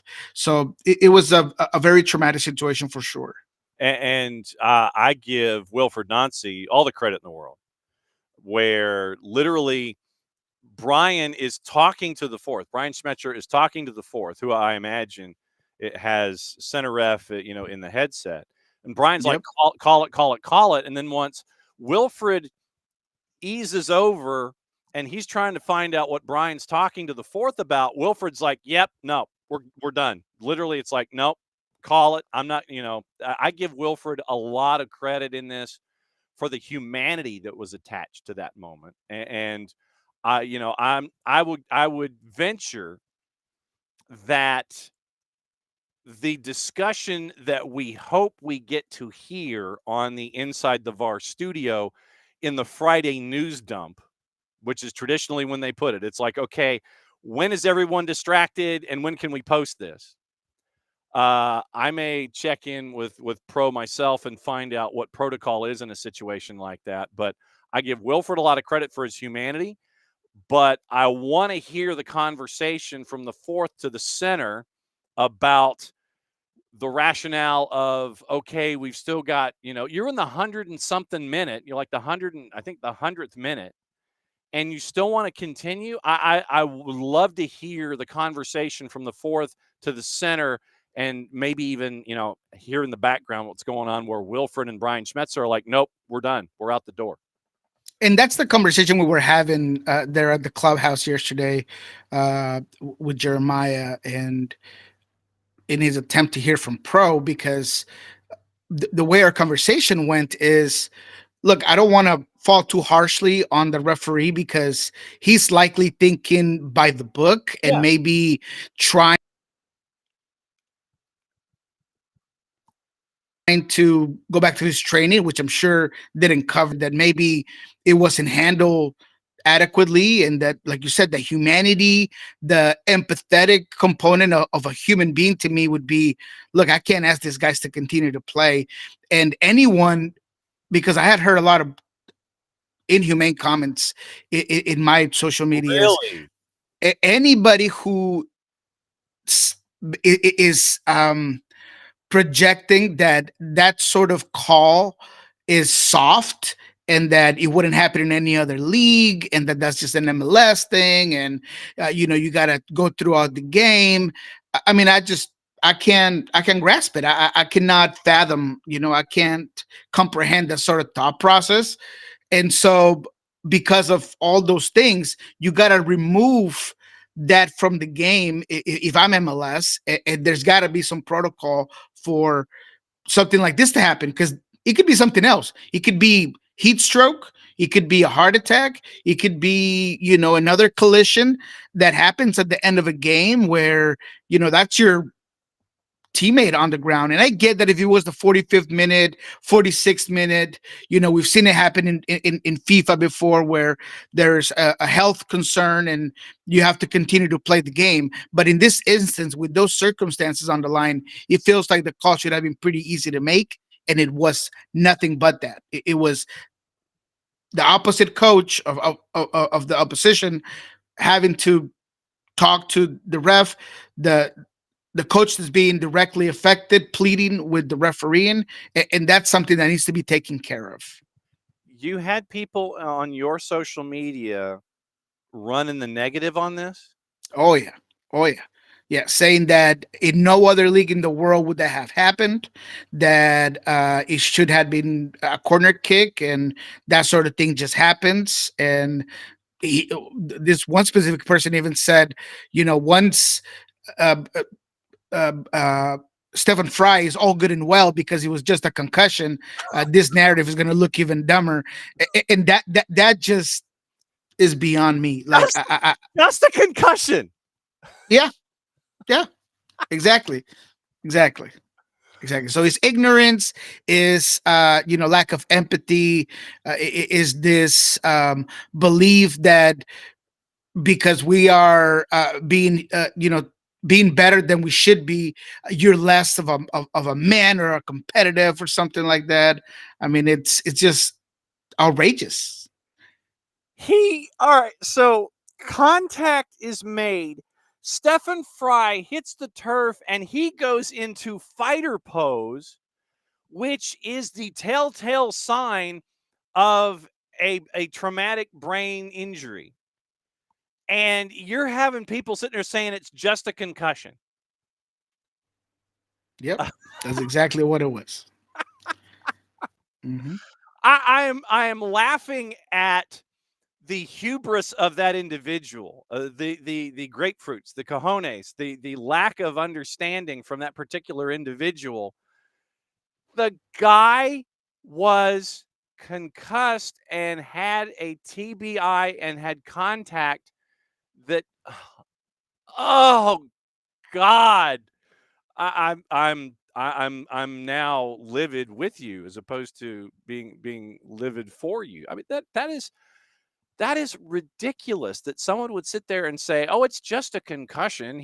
Everything's fine." No, it ain't.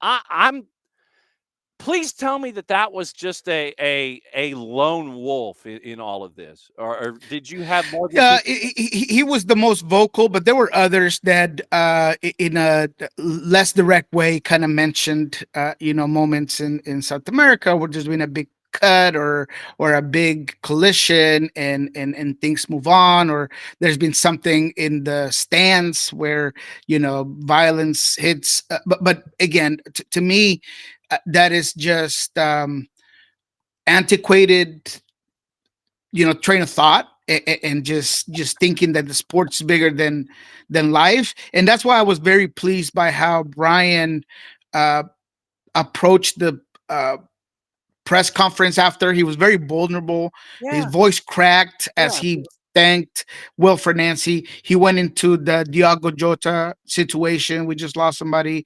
He went into all these things that in sports should be thought beyond what happens on the field, right? And that we should just think about that more often than not. Yeah. So here, for those that might have missed it, here was Brian after the match talking about it. I'm very happy to our medical staff because they did a good job to be careful. We can't underestimate that type of stuff. And certainly Wilfred, I appreciate what he did, because the ref wasn't going to stop the game. And everybody knew that the game should have been stopped. So good on him. So thank you, Wilfred. Okay. All right, with that, we'll start with questions. Maz, the mic is coming from Augusto to you. Yeah, Brian, I want to just speak to moments like this where, they're bigger than football, and it kind of much bigger focuses all of us to, the greater things about life. Be better people, nicer to people. Yeah, Maz, for sure. And we all should. The world would be a better place. That's all I got for you. Okay. All right, we'll go to Jeremiah. No tactics. Just on the decision there at the end, I assume you asked that the game be ended, and so what was the exchange that you had with the referee on that? He was going to give a corner. And I said it can't be a corner kick, it's either a foul or stop the game. And then Wilfred, figured out that it's bigger than a corner kick in the game. And then both of us came together, and the ref finally, when both head coaches came together, decided to make the right decision. So just so I understand, it sounds like Wilfred took it upon himself to sort of say, no, the game it's not like the ref came to him and said, what do you want to do? No, absolutely not. Brian Schmetzer after the match. And so that I am incredulous, and I'm seething on multiple levels because of the reaction that sadly comes out in situations like this. It's like, people just think for a second. I mean, legitimately, just think for a second about a situation like this. It's almost hard for me to provide context, because I would love to say, look, if you've played sports And if you haven't played sports, if you have worked in the same place more than a couple of years, a lot of your coworkers become, you see them more than your own family. In sports, there's a bigger camaraderie. There's a family sense of things, and putting that into scale of how worried, how concerned. You heard it in Brian Smertz's voice.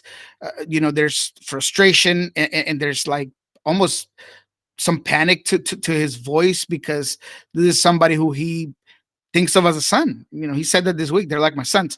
But when I say that, I kind of stop myself and I say, is that what the parameter is I can only feel empathy for somebody that I know, for somebody that's family, for somebody that's a friend, and not somebody that was just concussed in the middle of the field, and he could just be just anybody. And I feel like you need to stop the game. And once again, these are the things that some people will call me for and stuff, because you're thinking that this is like a soft mentality, but to me it's just humane. To me it's just the way that you should act. I mean, you're a dad. You specifically are a father. You have family that is now in the Palouse attending college. Do you have your Wazoo mug, by the way, this morning, or what mug do you have? Absolutely. Yeah, see, he's got the Wazoo mug. You're a dad. You know what it means to be there for family. You know what it means to be there for those that you care about, that you love, that you're there, and it's not just blood relative. And to have the ignorance that is attached to moments like this, it's like, grow up for about 30 seconds and think about it. And it's just, it is unfathomable to me that sometimes we have to go back down this road. I thought it was important to talk about it. I didn't realize we were going to go this far down this road when it came to it. I'm not complaining at all that we went down this road, because I think it's important. But just, I think it's a reminder of what is important in situations like this. Yes, it's a game. Yes, you're a fan, but think about it for more than just a second and a half and understand that there's more in play than just wins and losses and points and playoffs and things like that. Yeah, the positives are that I think this is an experience that always unites teams. Everyone that we spoke to, from Obed to Jordan, talked about that moment, what was going through their minds as the ambulance pulled up, and everything that comes with that. And I'm hoping that those stories, those voices, kind of bring awareness to people. Same thing as pro, as with journalists as you and Jeremiah and I, we'll try to get to the bottom of it. And eventually, though, Stephen Fry was at the clubhouse yesterday, which was great. Brian Spencer said that he wanted to show up, wanted to show everybody that he was okay. And that's leadership within itself, right? He knew he wasn't going to be able to play, of course. He was just watching training for the majority of the first 15 to 20 minutes of practice. He talked to the team. That is the way he's showing his team that he appreciates all of the concern, all of the messages that he got from across the board, teammates, former teammates. I spoke to Nicolas Lodero. He reached out to me and he's like, "Hey, Steph, okay, what happened?" I got to talk to him for a bit. He said, "Please send them my love and my best wishes." And those things are what really came out of this whole thing. Is Stephen Fry is an iconic presence in the soccer community, certainly in the Pacific Northwest soccer community. That's on and off the field. He's a guy that has been embedded into this community so hardly, and he's just beyond being a champion, beyond providing 1,000 saves for in MLS, all the trophies that he brought to this city. I think his aura and his humanity is beyond that, and all of that kind of came to fruition in this scary moment. Yeah, and now that you've got to spend time up there at the Providence and Swedish Bouncy House and Hair Emporium, you've got to focus on a match, and it's Andrew Thomas. Andrew, I believe, spoke to the media yesterday, and he's dialed up and ready to go. He's dialed up, ready to go. He definitely understands that's not a situation he wanted to be on, but he's got to be ready. We also talked to Jordan Morris, who basically called him, one of the hardest guys to score on in training. He said he has the biggest bounce out of anybody in the clubhouse. He's so athletic, and so they're very confident that he can be that guy and provide the guy that's going to hold the fort until Stefan Fry can come back. They have a game at Sporting Kansas City on the road. They'll be practicing today, traveling tomorrow. There is some positive news there from the clubhouse. Gamer Gomez Andrade and Kim Ki-hee were both full on practice. I don't expect them to start this game, though. They're being extremely cautious with all of the injuries that the team is currently suffering. Jordan Morris looks 100%. I'd say that he's a go to start in this one. So those are the positives. There's just a couple more lingering injuries. Stu Hawkins being one of those that's probably going to be out of still a couple of weeks, but this team is closely getting back into health. They're going against Sporting Kansas City, a team that got a very hard-fought win against Colorado at Colorado. I think it was the first time they've won at Colorado in a decade. They did it by kind of absorbing a lot of pressure and kind of hoping Colorado wouldn't score. Colorado was not clinical in front of goal, to say the least, but they got an early goal that changed the game by Joveljic, and then they were able to build on that and get a second to win that game. Although they're not the most dangerous team on attacking statistics, I think that at Sporting Kansas City, they're always a difficult team. I think that Manu Garcia is a very good player.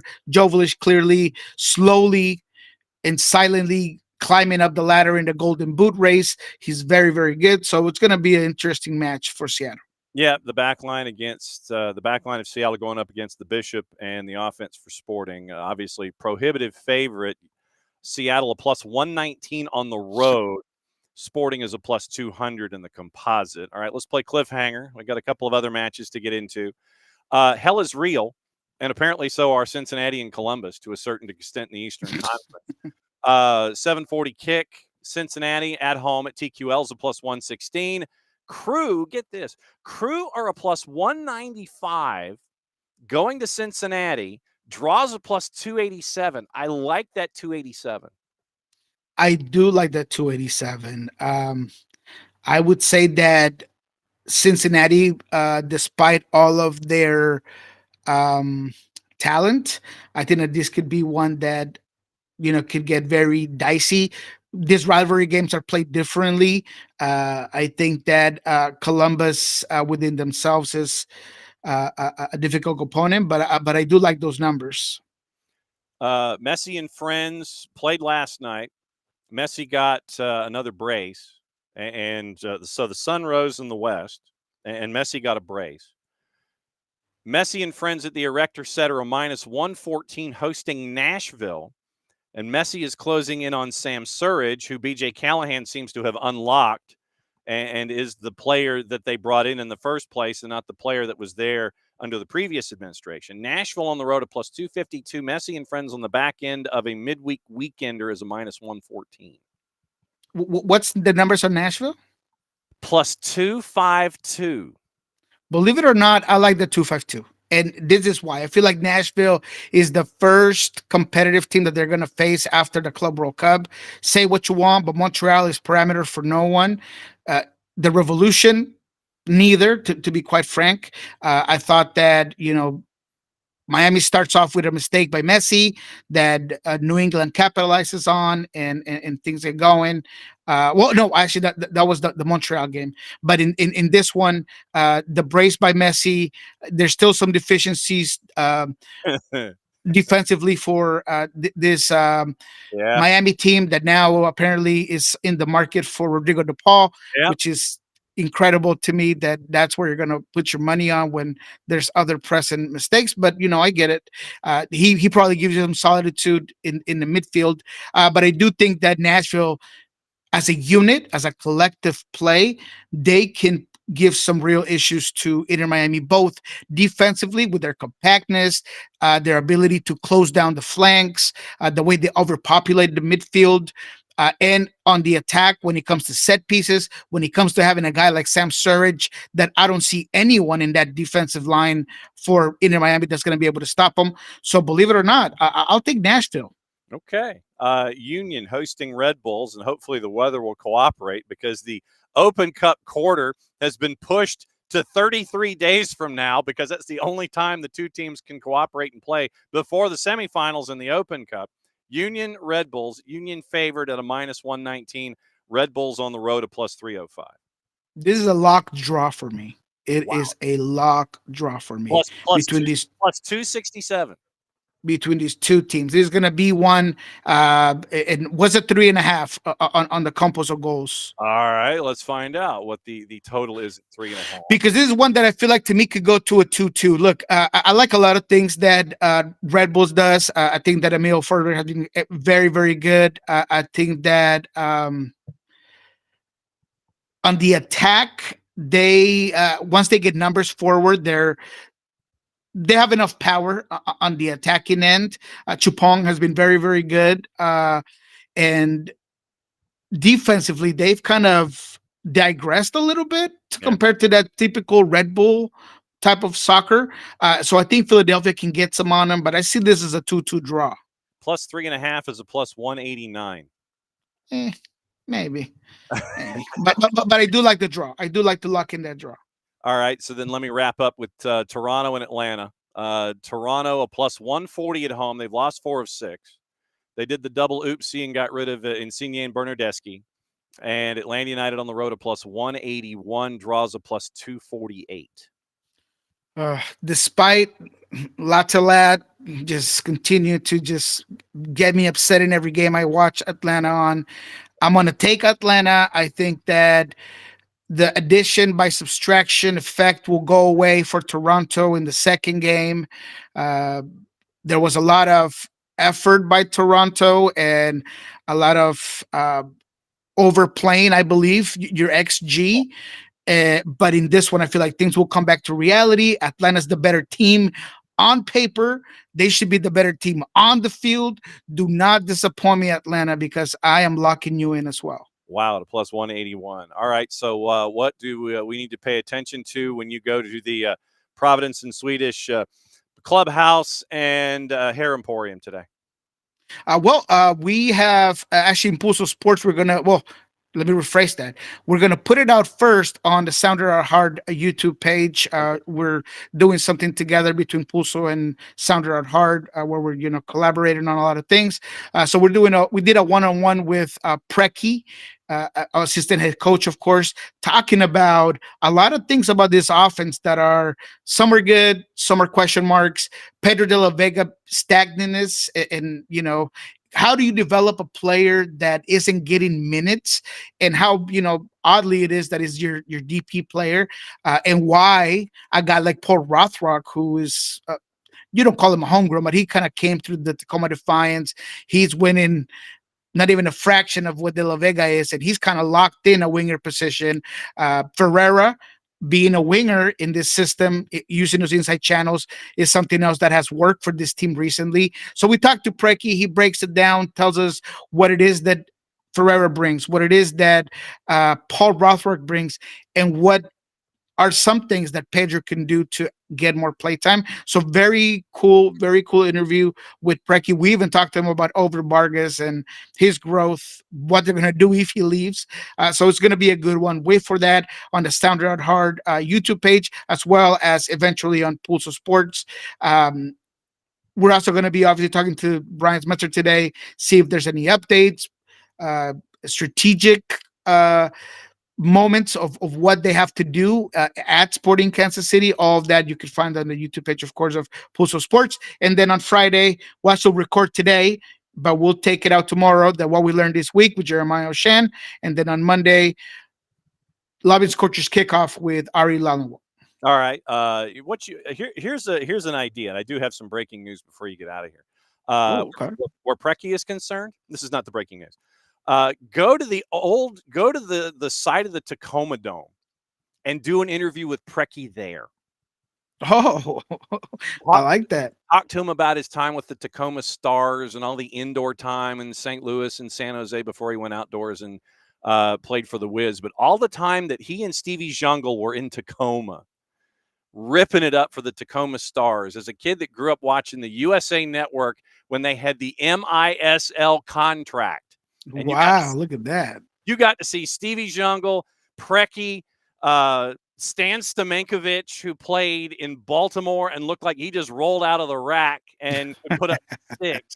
I mean, it was like floppy shoes, hair all over the place, untucked jersey. Stan Stamenkovic was, he was the one of the men of Major Indoor Soccer. But yeah, go to the Tacoma Dome and just do a walk and talk with Preki there. Tommy Scoops. Brandon Vasquez, torn ACL, undergoing season-ending surgery. Austin placed him on the season-ending injury list. So Brandon Vasquez out for the year. Well, there goes any sort of chances that Austin had to get anywhere. For a team that struggles offensively as much as they do, that is bad news. Maybe they can play with John Hader Duran up there and try to figure out some things, but that's definitely the main point of emphasis in your offense. That's a tough one, and it happened during the U.S. Open Cup game, didn't it? Mm-hmm. Yeah, that's tough. It was a funky step, and you could tell that something wasn't right. And now, any talk that you had with Brandon Vasquez about USM&T and helping up top, that goes by the wayside too. So it is a national point that won't be pursued for Brandon Vasquez, and now they won't have him to help out whatever offense they have there for Los Verdes. As always, my friend, great to see you. Don't be a stranger. Be safe, and go get the stories, and we'll be watching, my friend. Great to see you as always. We'll catch up with you next week. Always fun to be on, my guy. Take it easy. All right, there goes Niko Moreno, and Nico's going to go to Providence in Swedish, and I apologize to both you and to Niko, because I did not realize that the conversation with Stefan Fry was going to go as long as it did. But I thought it was an important conversation to have. And the fact that you had idiots that went on social media and went chasing after Niko like that, it's just a concussion. And I know that some of you have been a part of the Twitch pitch and talking about it, and I appreciate that.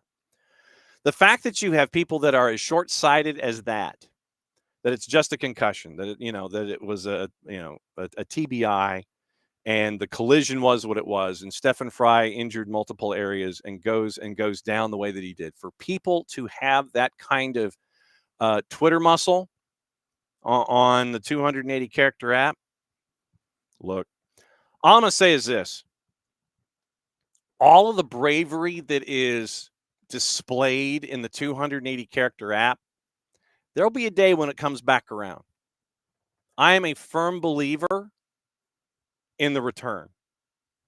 Don't know when that's going to be, and I won't be the one to sit there and navigate it and make it happen. But if you say things out there, be prepared. Freedom of speech does not excuse freedom from consequence. Just be prepared. You say stuff like that, be prepared for the comeback on that. Just saying. Like I said, the fact that people went after the fact that people went after Niko like that. All right, and so here's the official release from Austin that has come out literally in the last 7 minutes. Austin FC announced today Brandon Vasquez undergoing season-ending surgery to repair a torn ACL in his right knee, sustained the injury in the team's match versus San Jose on Tuesday night.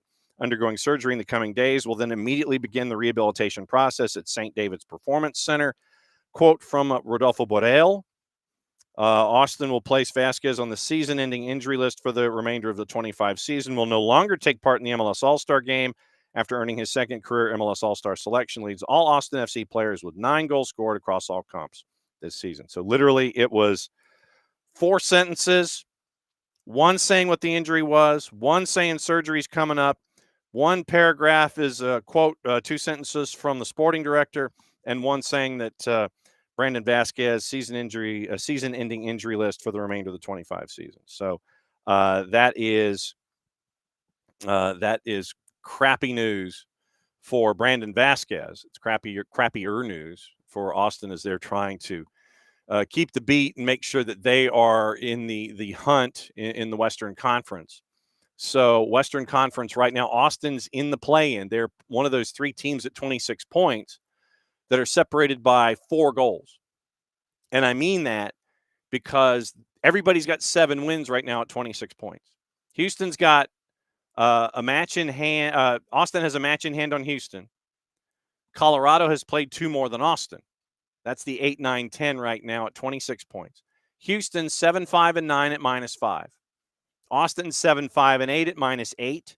Colorado 7-5-10 at -9. So same number of wins right now, separated by 4 goals in goal difference. Austin's right there in the middle, 3 behind Houston, 1 above Colorado after what happened last night. So Austin's got some work to do.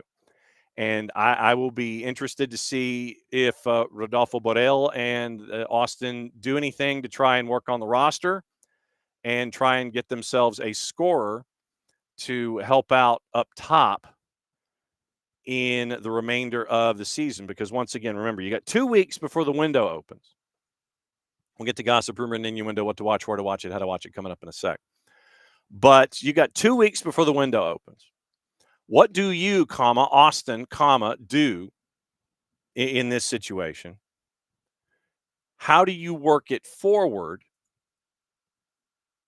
And what is the budget charge obviously goes away, proportionality wise, proportionally is the word I'm looking for, because of Vasquez being put on the season-ending injury list.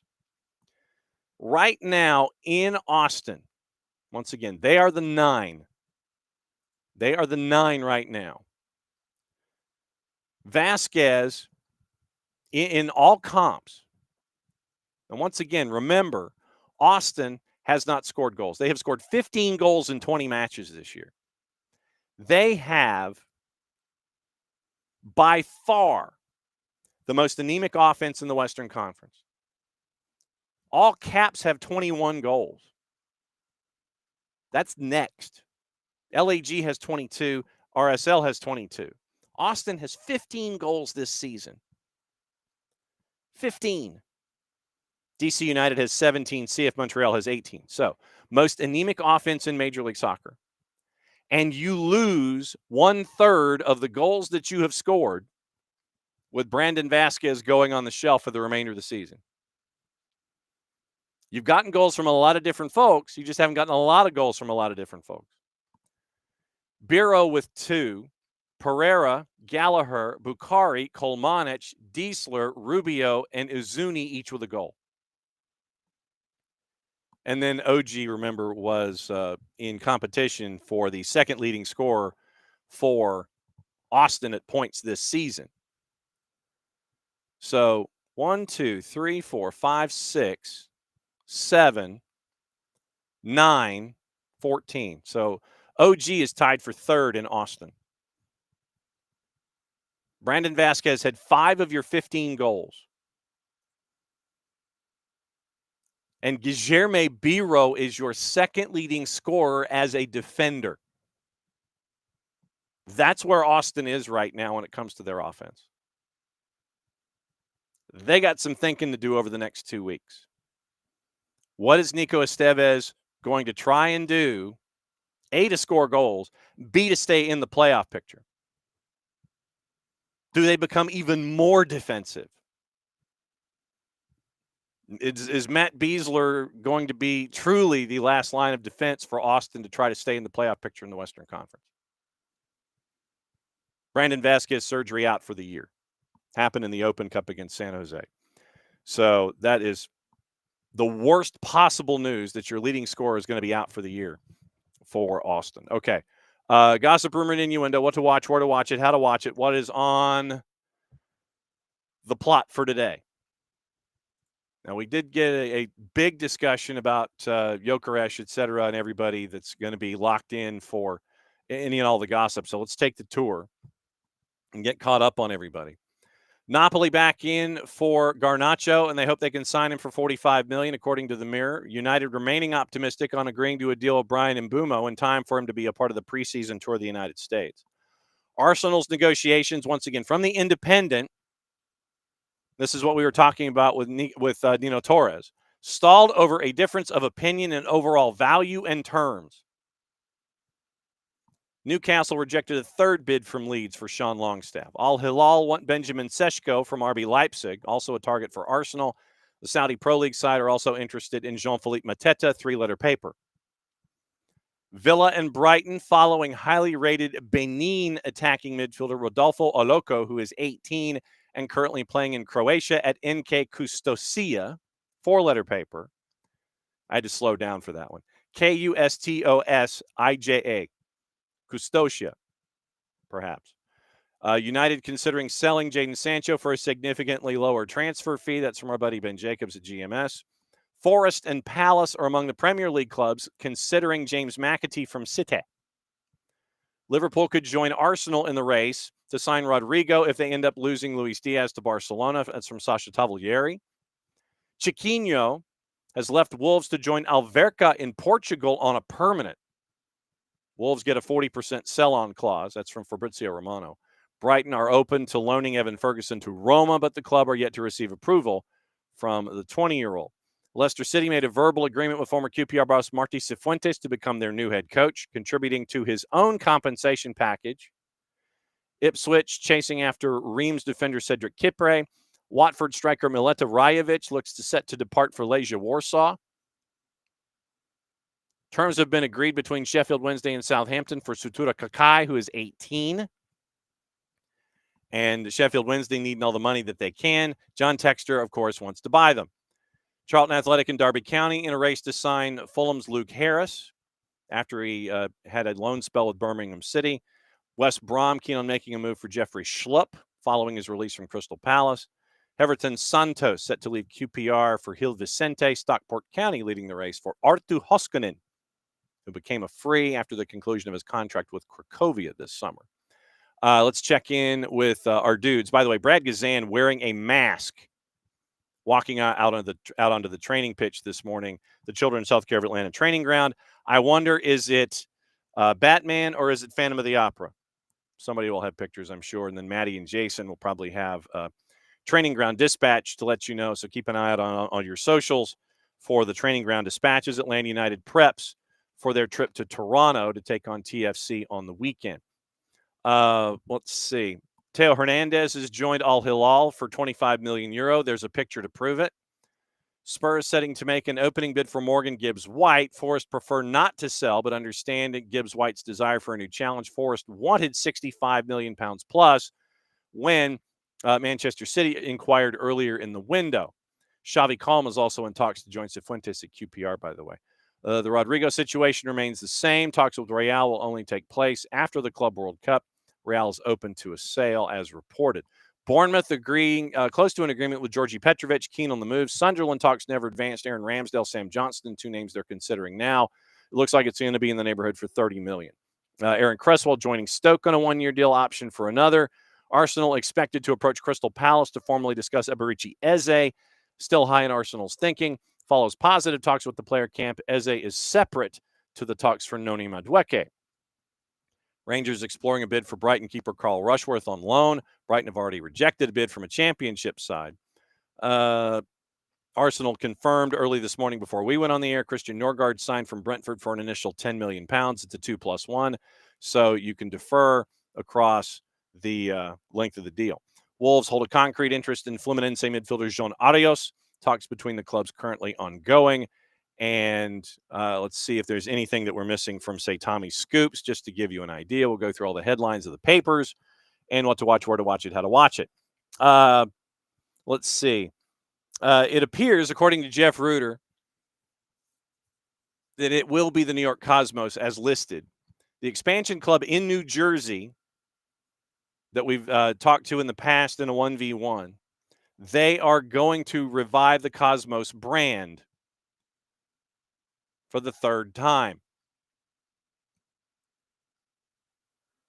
And apparently, Rocco Commisso. The group bought the intellectual property as well as the primary ownership of the club from Rocco Commisso, debuting in USL League One in 2026. Commisso, who acquired the Cosmos in 2017, 2 years before purchasing Fiorentina, holds a small ownership stake. Significant continuity to the 2010s. Eric Stover is there.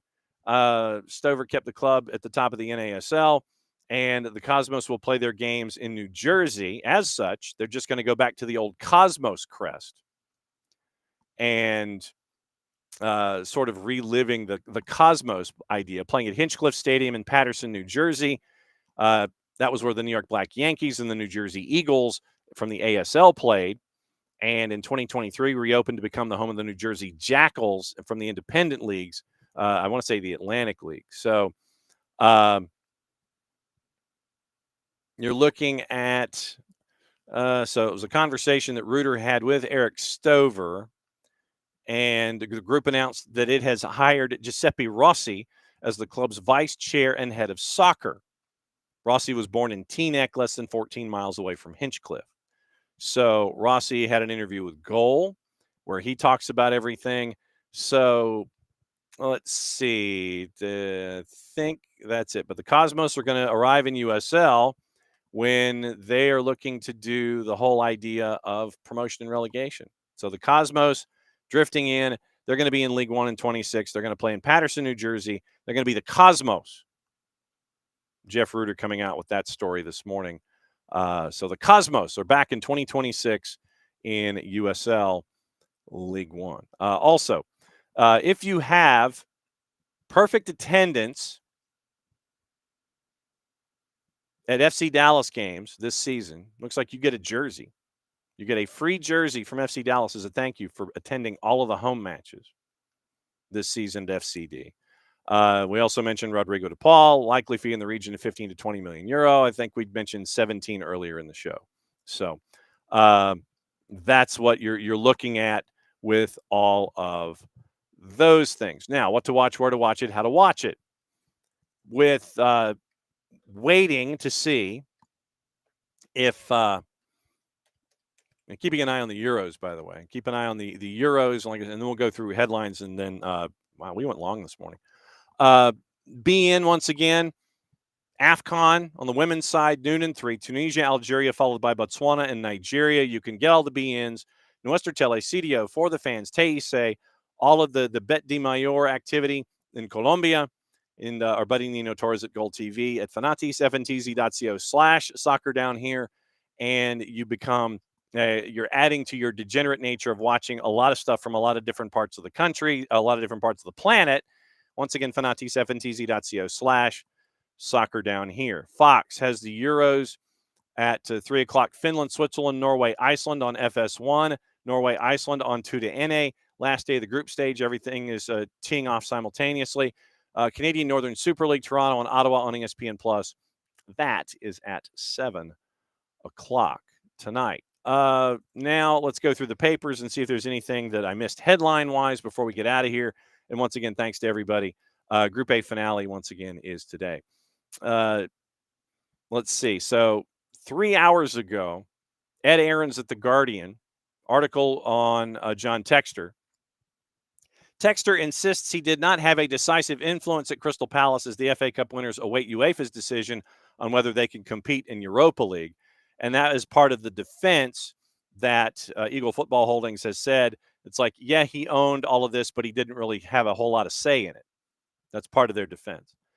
Facing the threat of being demoted to the Conference League by European football because of Textor owning Lyon, who have also qualified for Europa. Remember, we talked yesterday where Lyon successfully defended their appeal to stay in Ligue 1. UEFA delayed the ruling on Palace last week pending the outcome of Lyon's appeal. UEFA sources have indicated that the club financial control body is due to decide on Palace's fate this week. Clubs are barred once again from playing in the same UEFA competition if the ownership is the same. So that's what you're staring at here. Textor recently agreed to sell his Palace shares to Woody Johnson for just under $300 million. Textor also owns Botafogo. He did not even consider placing his shares in Palace in a blind trust before UEFA's March 1st deadline because it was clear he was not in day-to-day control at Selhurst Park. Quote, telling TalkSport on Thursday, why should I put my interest in a trust back before March when the rule says you only have to do it if you have decisive influence? I don't. If I had a decisive influence, then those Brazilian players that just beat PSG in the Club World Cup, half of them would be coming to Crystal Palace next year, but you don't see one single player from our network of clubs that's made its way onto the Palace roster, which is the source of my frustration with the lack of collaboration that we've been able to have with Crystal Palace. I am dumb enough and successful enough not to predict in advance what a governing body is going to say, end quote. Texter said he had documented proof he could not make, quote, management decisions, end quote, at Palace, and that UEFA, quote, have seen that document. Asked what his influence at Palace was, he added, I helped, et cetera, et cetera. I helped a lot. I showed up during COVID, paid off the COVID debt, helped finish the academy, the capital. I'm sitting there on the board with four of the guys. Steve Parrish is making decisions, bringing us players. He involves us, but he doesn't really listen to us. He does, but a suggestion from time to time is not the same as decisive influence. Texter also rejected reports that he told the CFCB that he had been instrumental in the decision to hire Oliver Glasner as manager last year. Quote, tried to hire him in Lyon, and if former Palace sporting director Dougie Friedman notices and he goes to visit him in Salzburg just the way I did and he ends up at Palace, is there a connection there? I don't know. Steve's not going to be told who to hire as a coach. It's incredibly untrue. We sat in front of the UEFA panel. We're extremely consistent on the lack of decisive influence. I don't even know if I suggested him to Dougie, but Dougie recruited him, end quote. Texter confirmed he attempted to take full control of Palace 2 weeks before the FA Cup final against Manchester City, claimed Parrish had been given a stay of execution in quotation marks after he failed to agree to a deal to buy the 36% stake owned by fellow Americans Josh Harris and David Blitzer, with the threat of being banned from Europa League, forcing him to sell his shares to Johnson.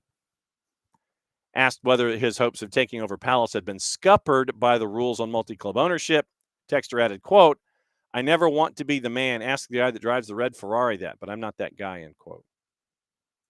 So John Texter denies that his influence is decisive. So we'll keep an eye on that and the decision from UEFA this week.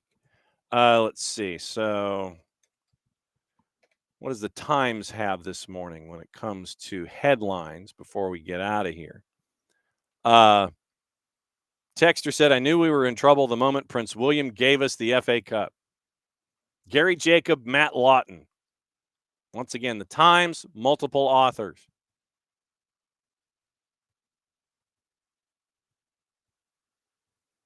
More from the interview with White and Jordan. More on decisive influence. Texter had already resigned from his position on the Lyon board, although it's clear that that was more advantageous to the French club in terms of the appeal. Texter admitted concerns about the situation after Palace beat Man City in the FA Cup final in May. Quote, oh-ish. And he didn't use that word. It goes, oh-ish is what I thought. I was very happy, but I felt the gravity of it. I was concerned on the same day holding the cup next to the Prince. It's a great moment. Couldn't have been happier. Couldn't have been happier for the fans, but I was worried about what was coming, end quote.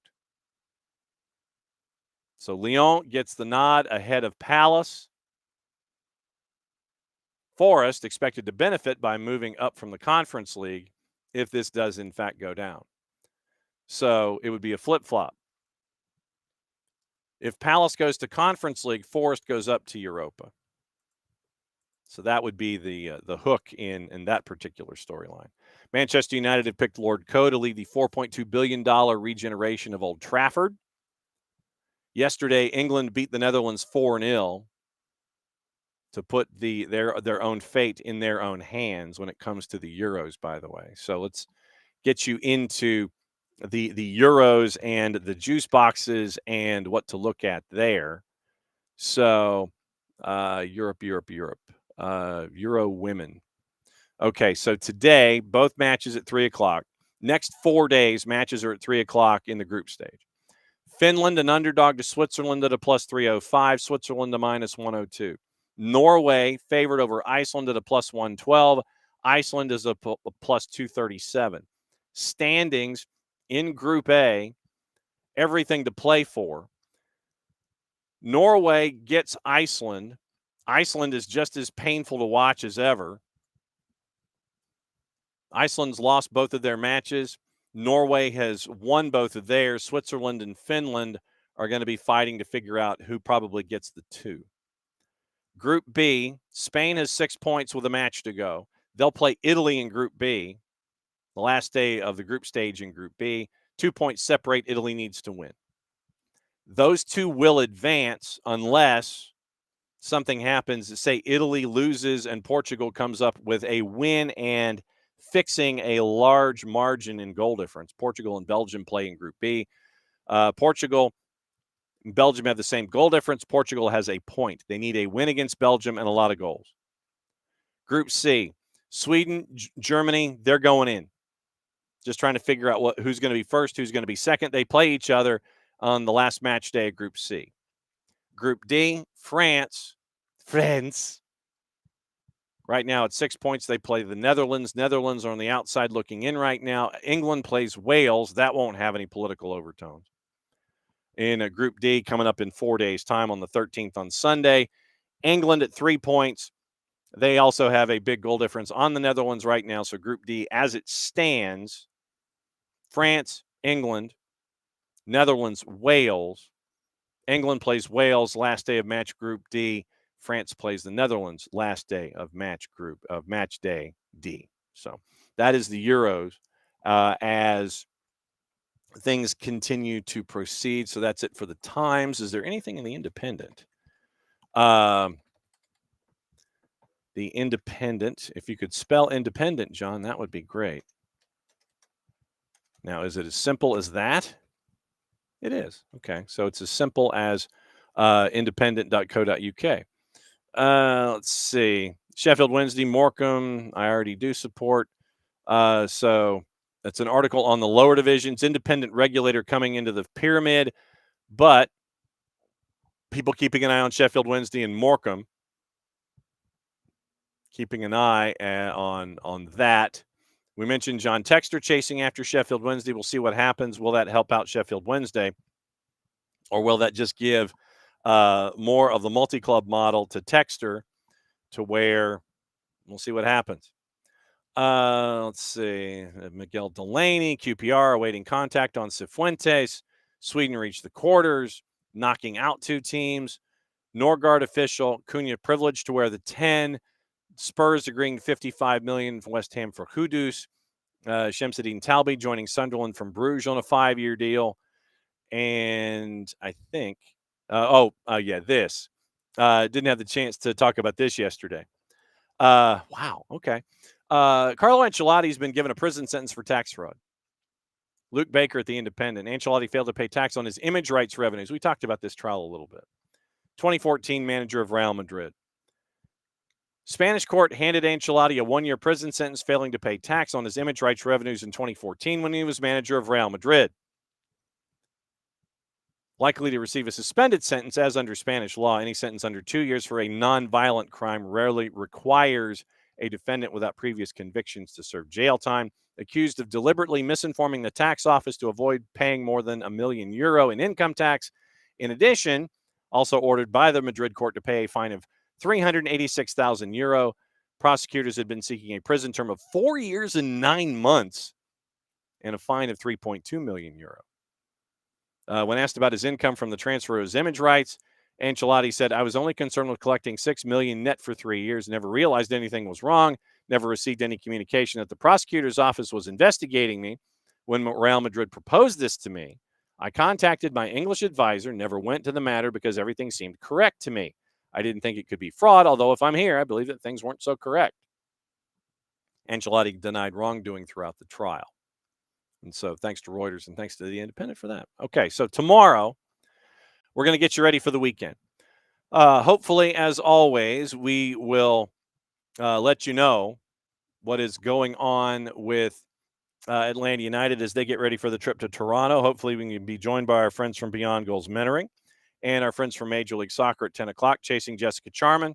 And we will discuss the long, strange week she's had and stuff coming up for her. We'll talk about Club World Cup. We'll talk about Apple TV. We'll talk about all the things.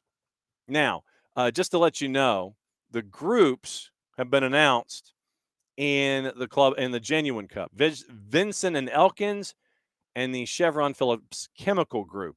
Atlanta United is in the Chevron Phillips Chemical Group, along with Ajax, Roma, Boca, Club America, Bruges, Corinthians, FC Seoul, Football Futures Foundation, Fundacio Barça, Hungarian national team, Inter Miami, Manchester United, Newcastle United, Rangers, Racing Club, Sporting, Tigres, Valencia, and Werder Bremen.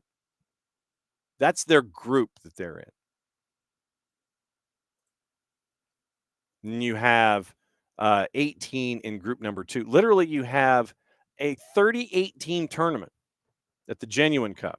Go back and listen to that interview that we did with Eva Torres to break everything down. But end of the month, Rice University, Genuine Cup, Atlanta United is in a big group with a lot of big names. Just for the record, the Vincent and Elkins group, Athletic Club, Bayer Leverkusen, Peñarol, Querétaro, CSOM Guatemala, Croatian national team, Fadim Federation Argentina, FBK Kaunas, Benfica, Inter, Manchester City, Mexico national team, Tarragona, No Barriers, PSG, Puerto Rican national team, United Genuine, and Yokohama Marinos. That's the kind of tournament that Atlanta United in their unified team is jumping into in Houston later this month at the Genuine Cup. So groups are out. We know where everything is. So once again, tomorrow, hopefully Beyond Goals Mentoring, hopefully Major League Soccer, hopefully Jessica Charman, get you ready for the weekend. Atlanta United taking on Toronto, and we'll get you prepped and ready for all of that stuff. Wow, that's a lot. Thanks for hanging out with us for a Thursday that went very, very long. Thanks to Derek. Thanks to Abby. And Abby, to answer your question, a few years ago when a player went into cardiac arrest, Christian Eriksen, they stopped the match. Yeah, they weren't playing it. Yeah, when Christian Eriksen had his cardiac episode on the field for the Euros, stopped the match. Humanity. Thanks to Nico. Thanks to Nino. Thanks to y'all for breaking everything down as you do this morning. Once again, back in a little less than 22. Much Platiel, play it safe. It's the end of the show. That means we get to do this. Keep an eye out on your socials. Go watch the Rodrigo Neri Box to Box with Maddie. Talk to you later.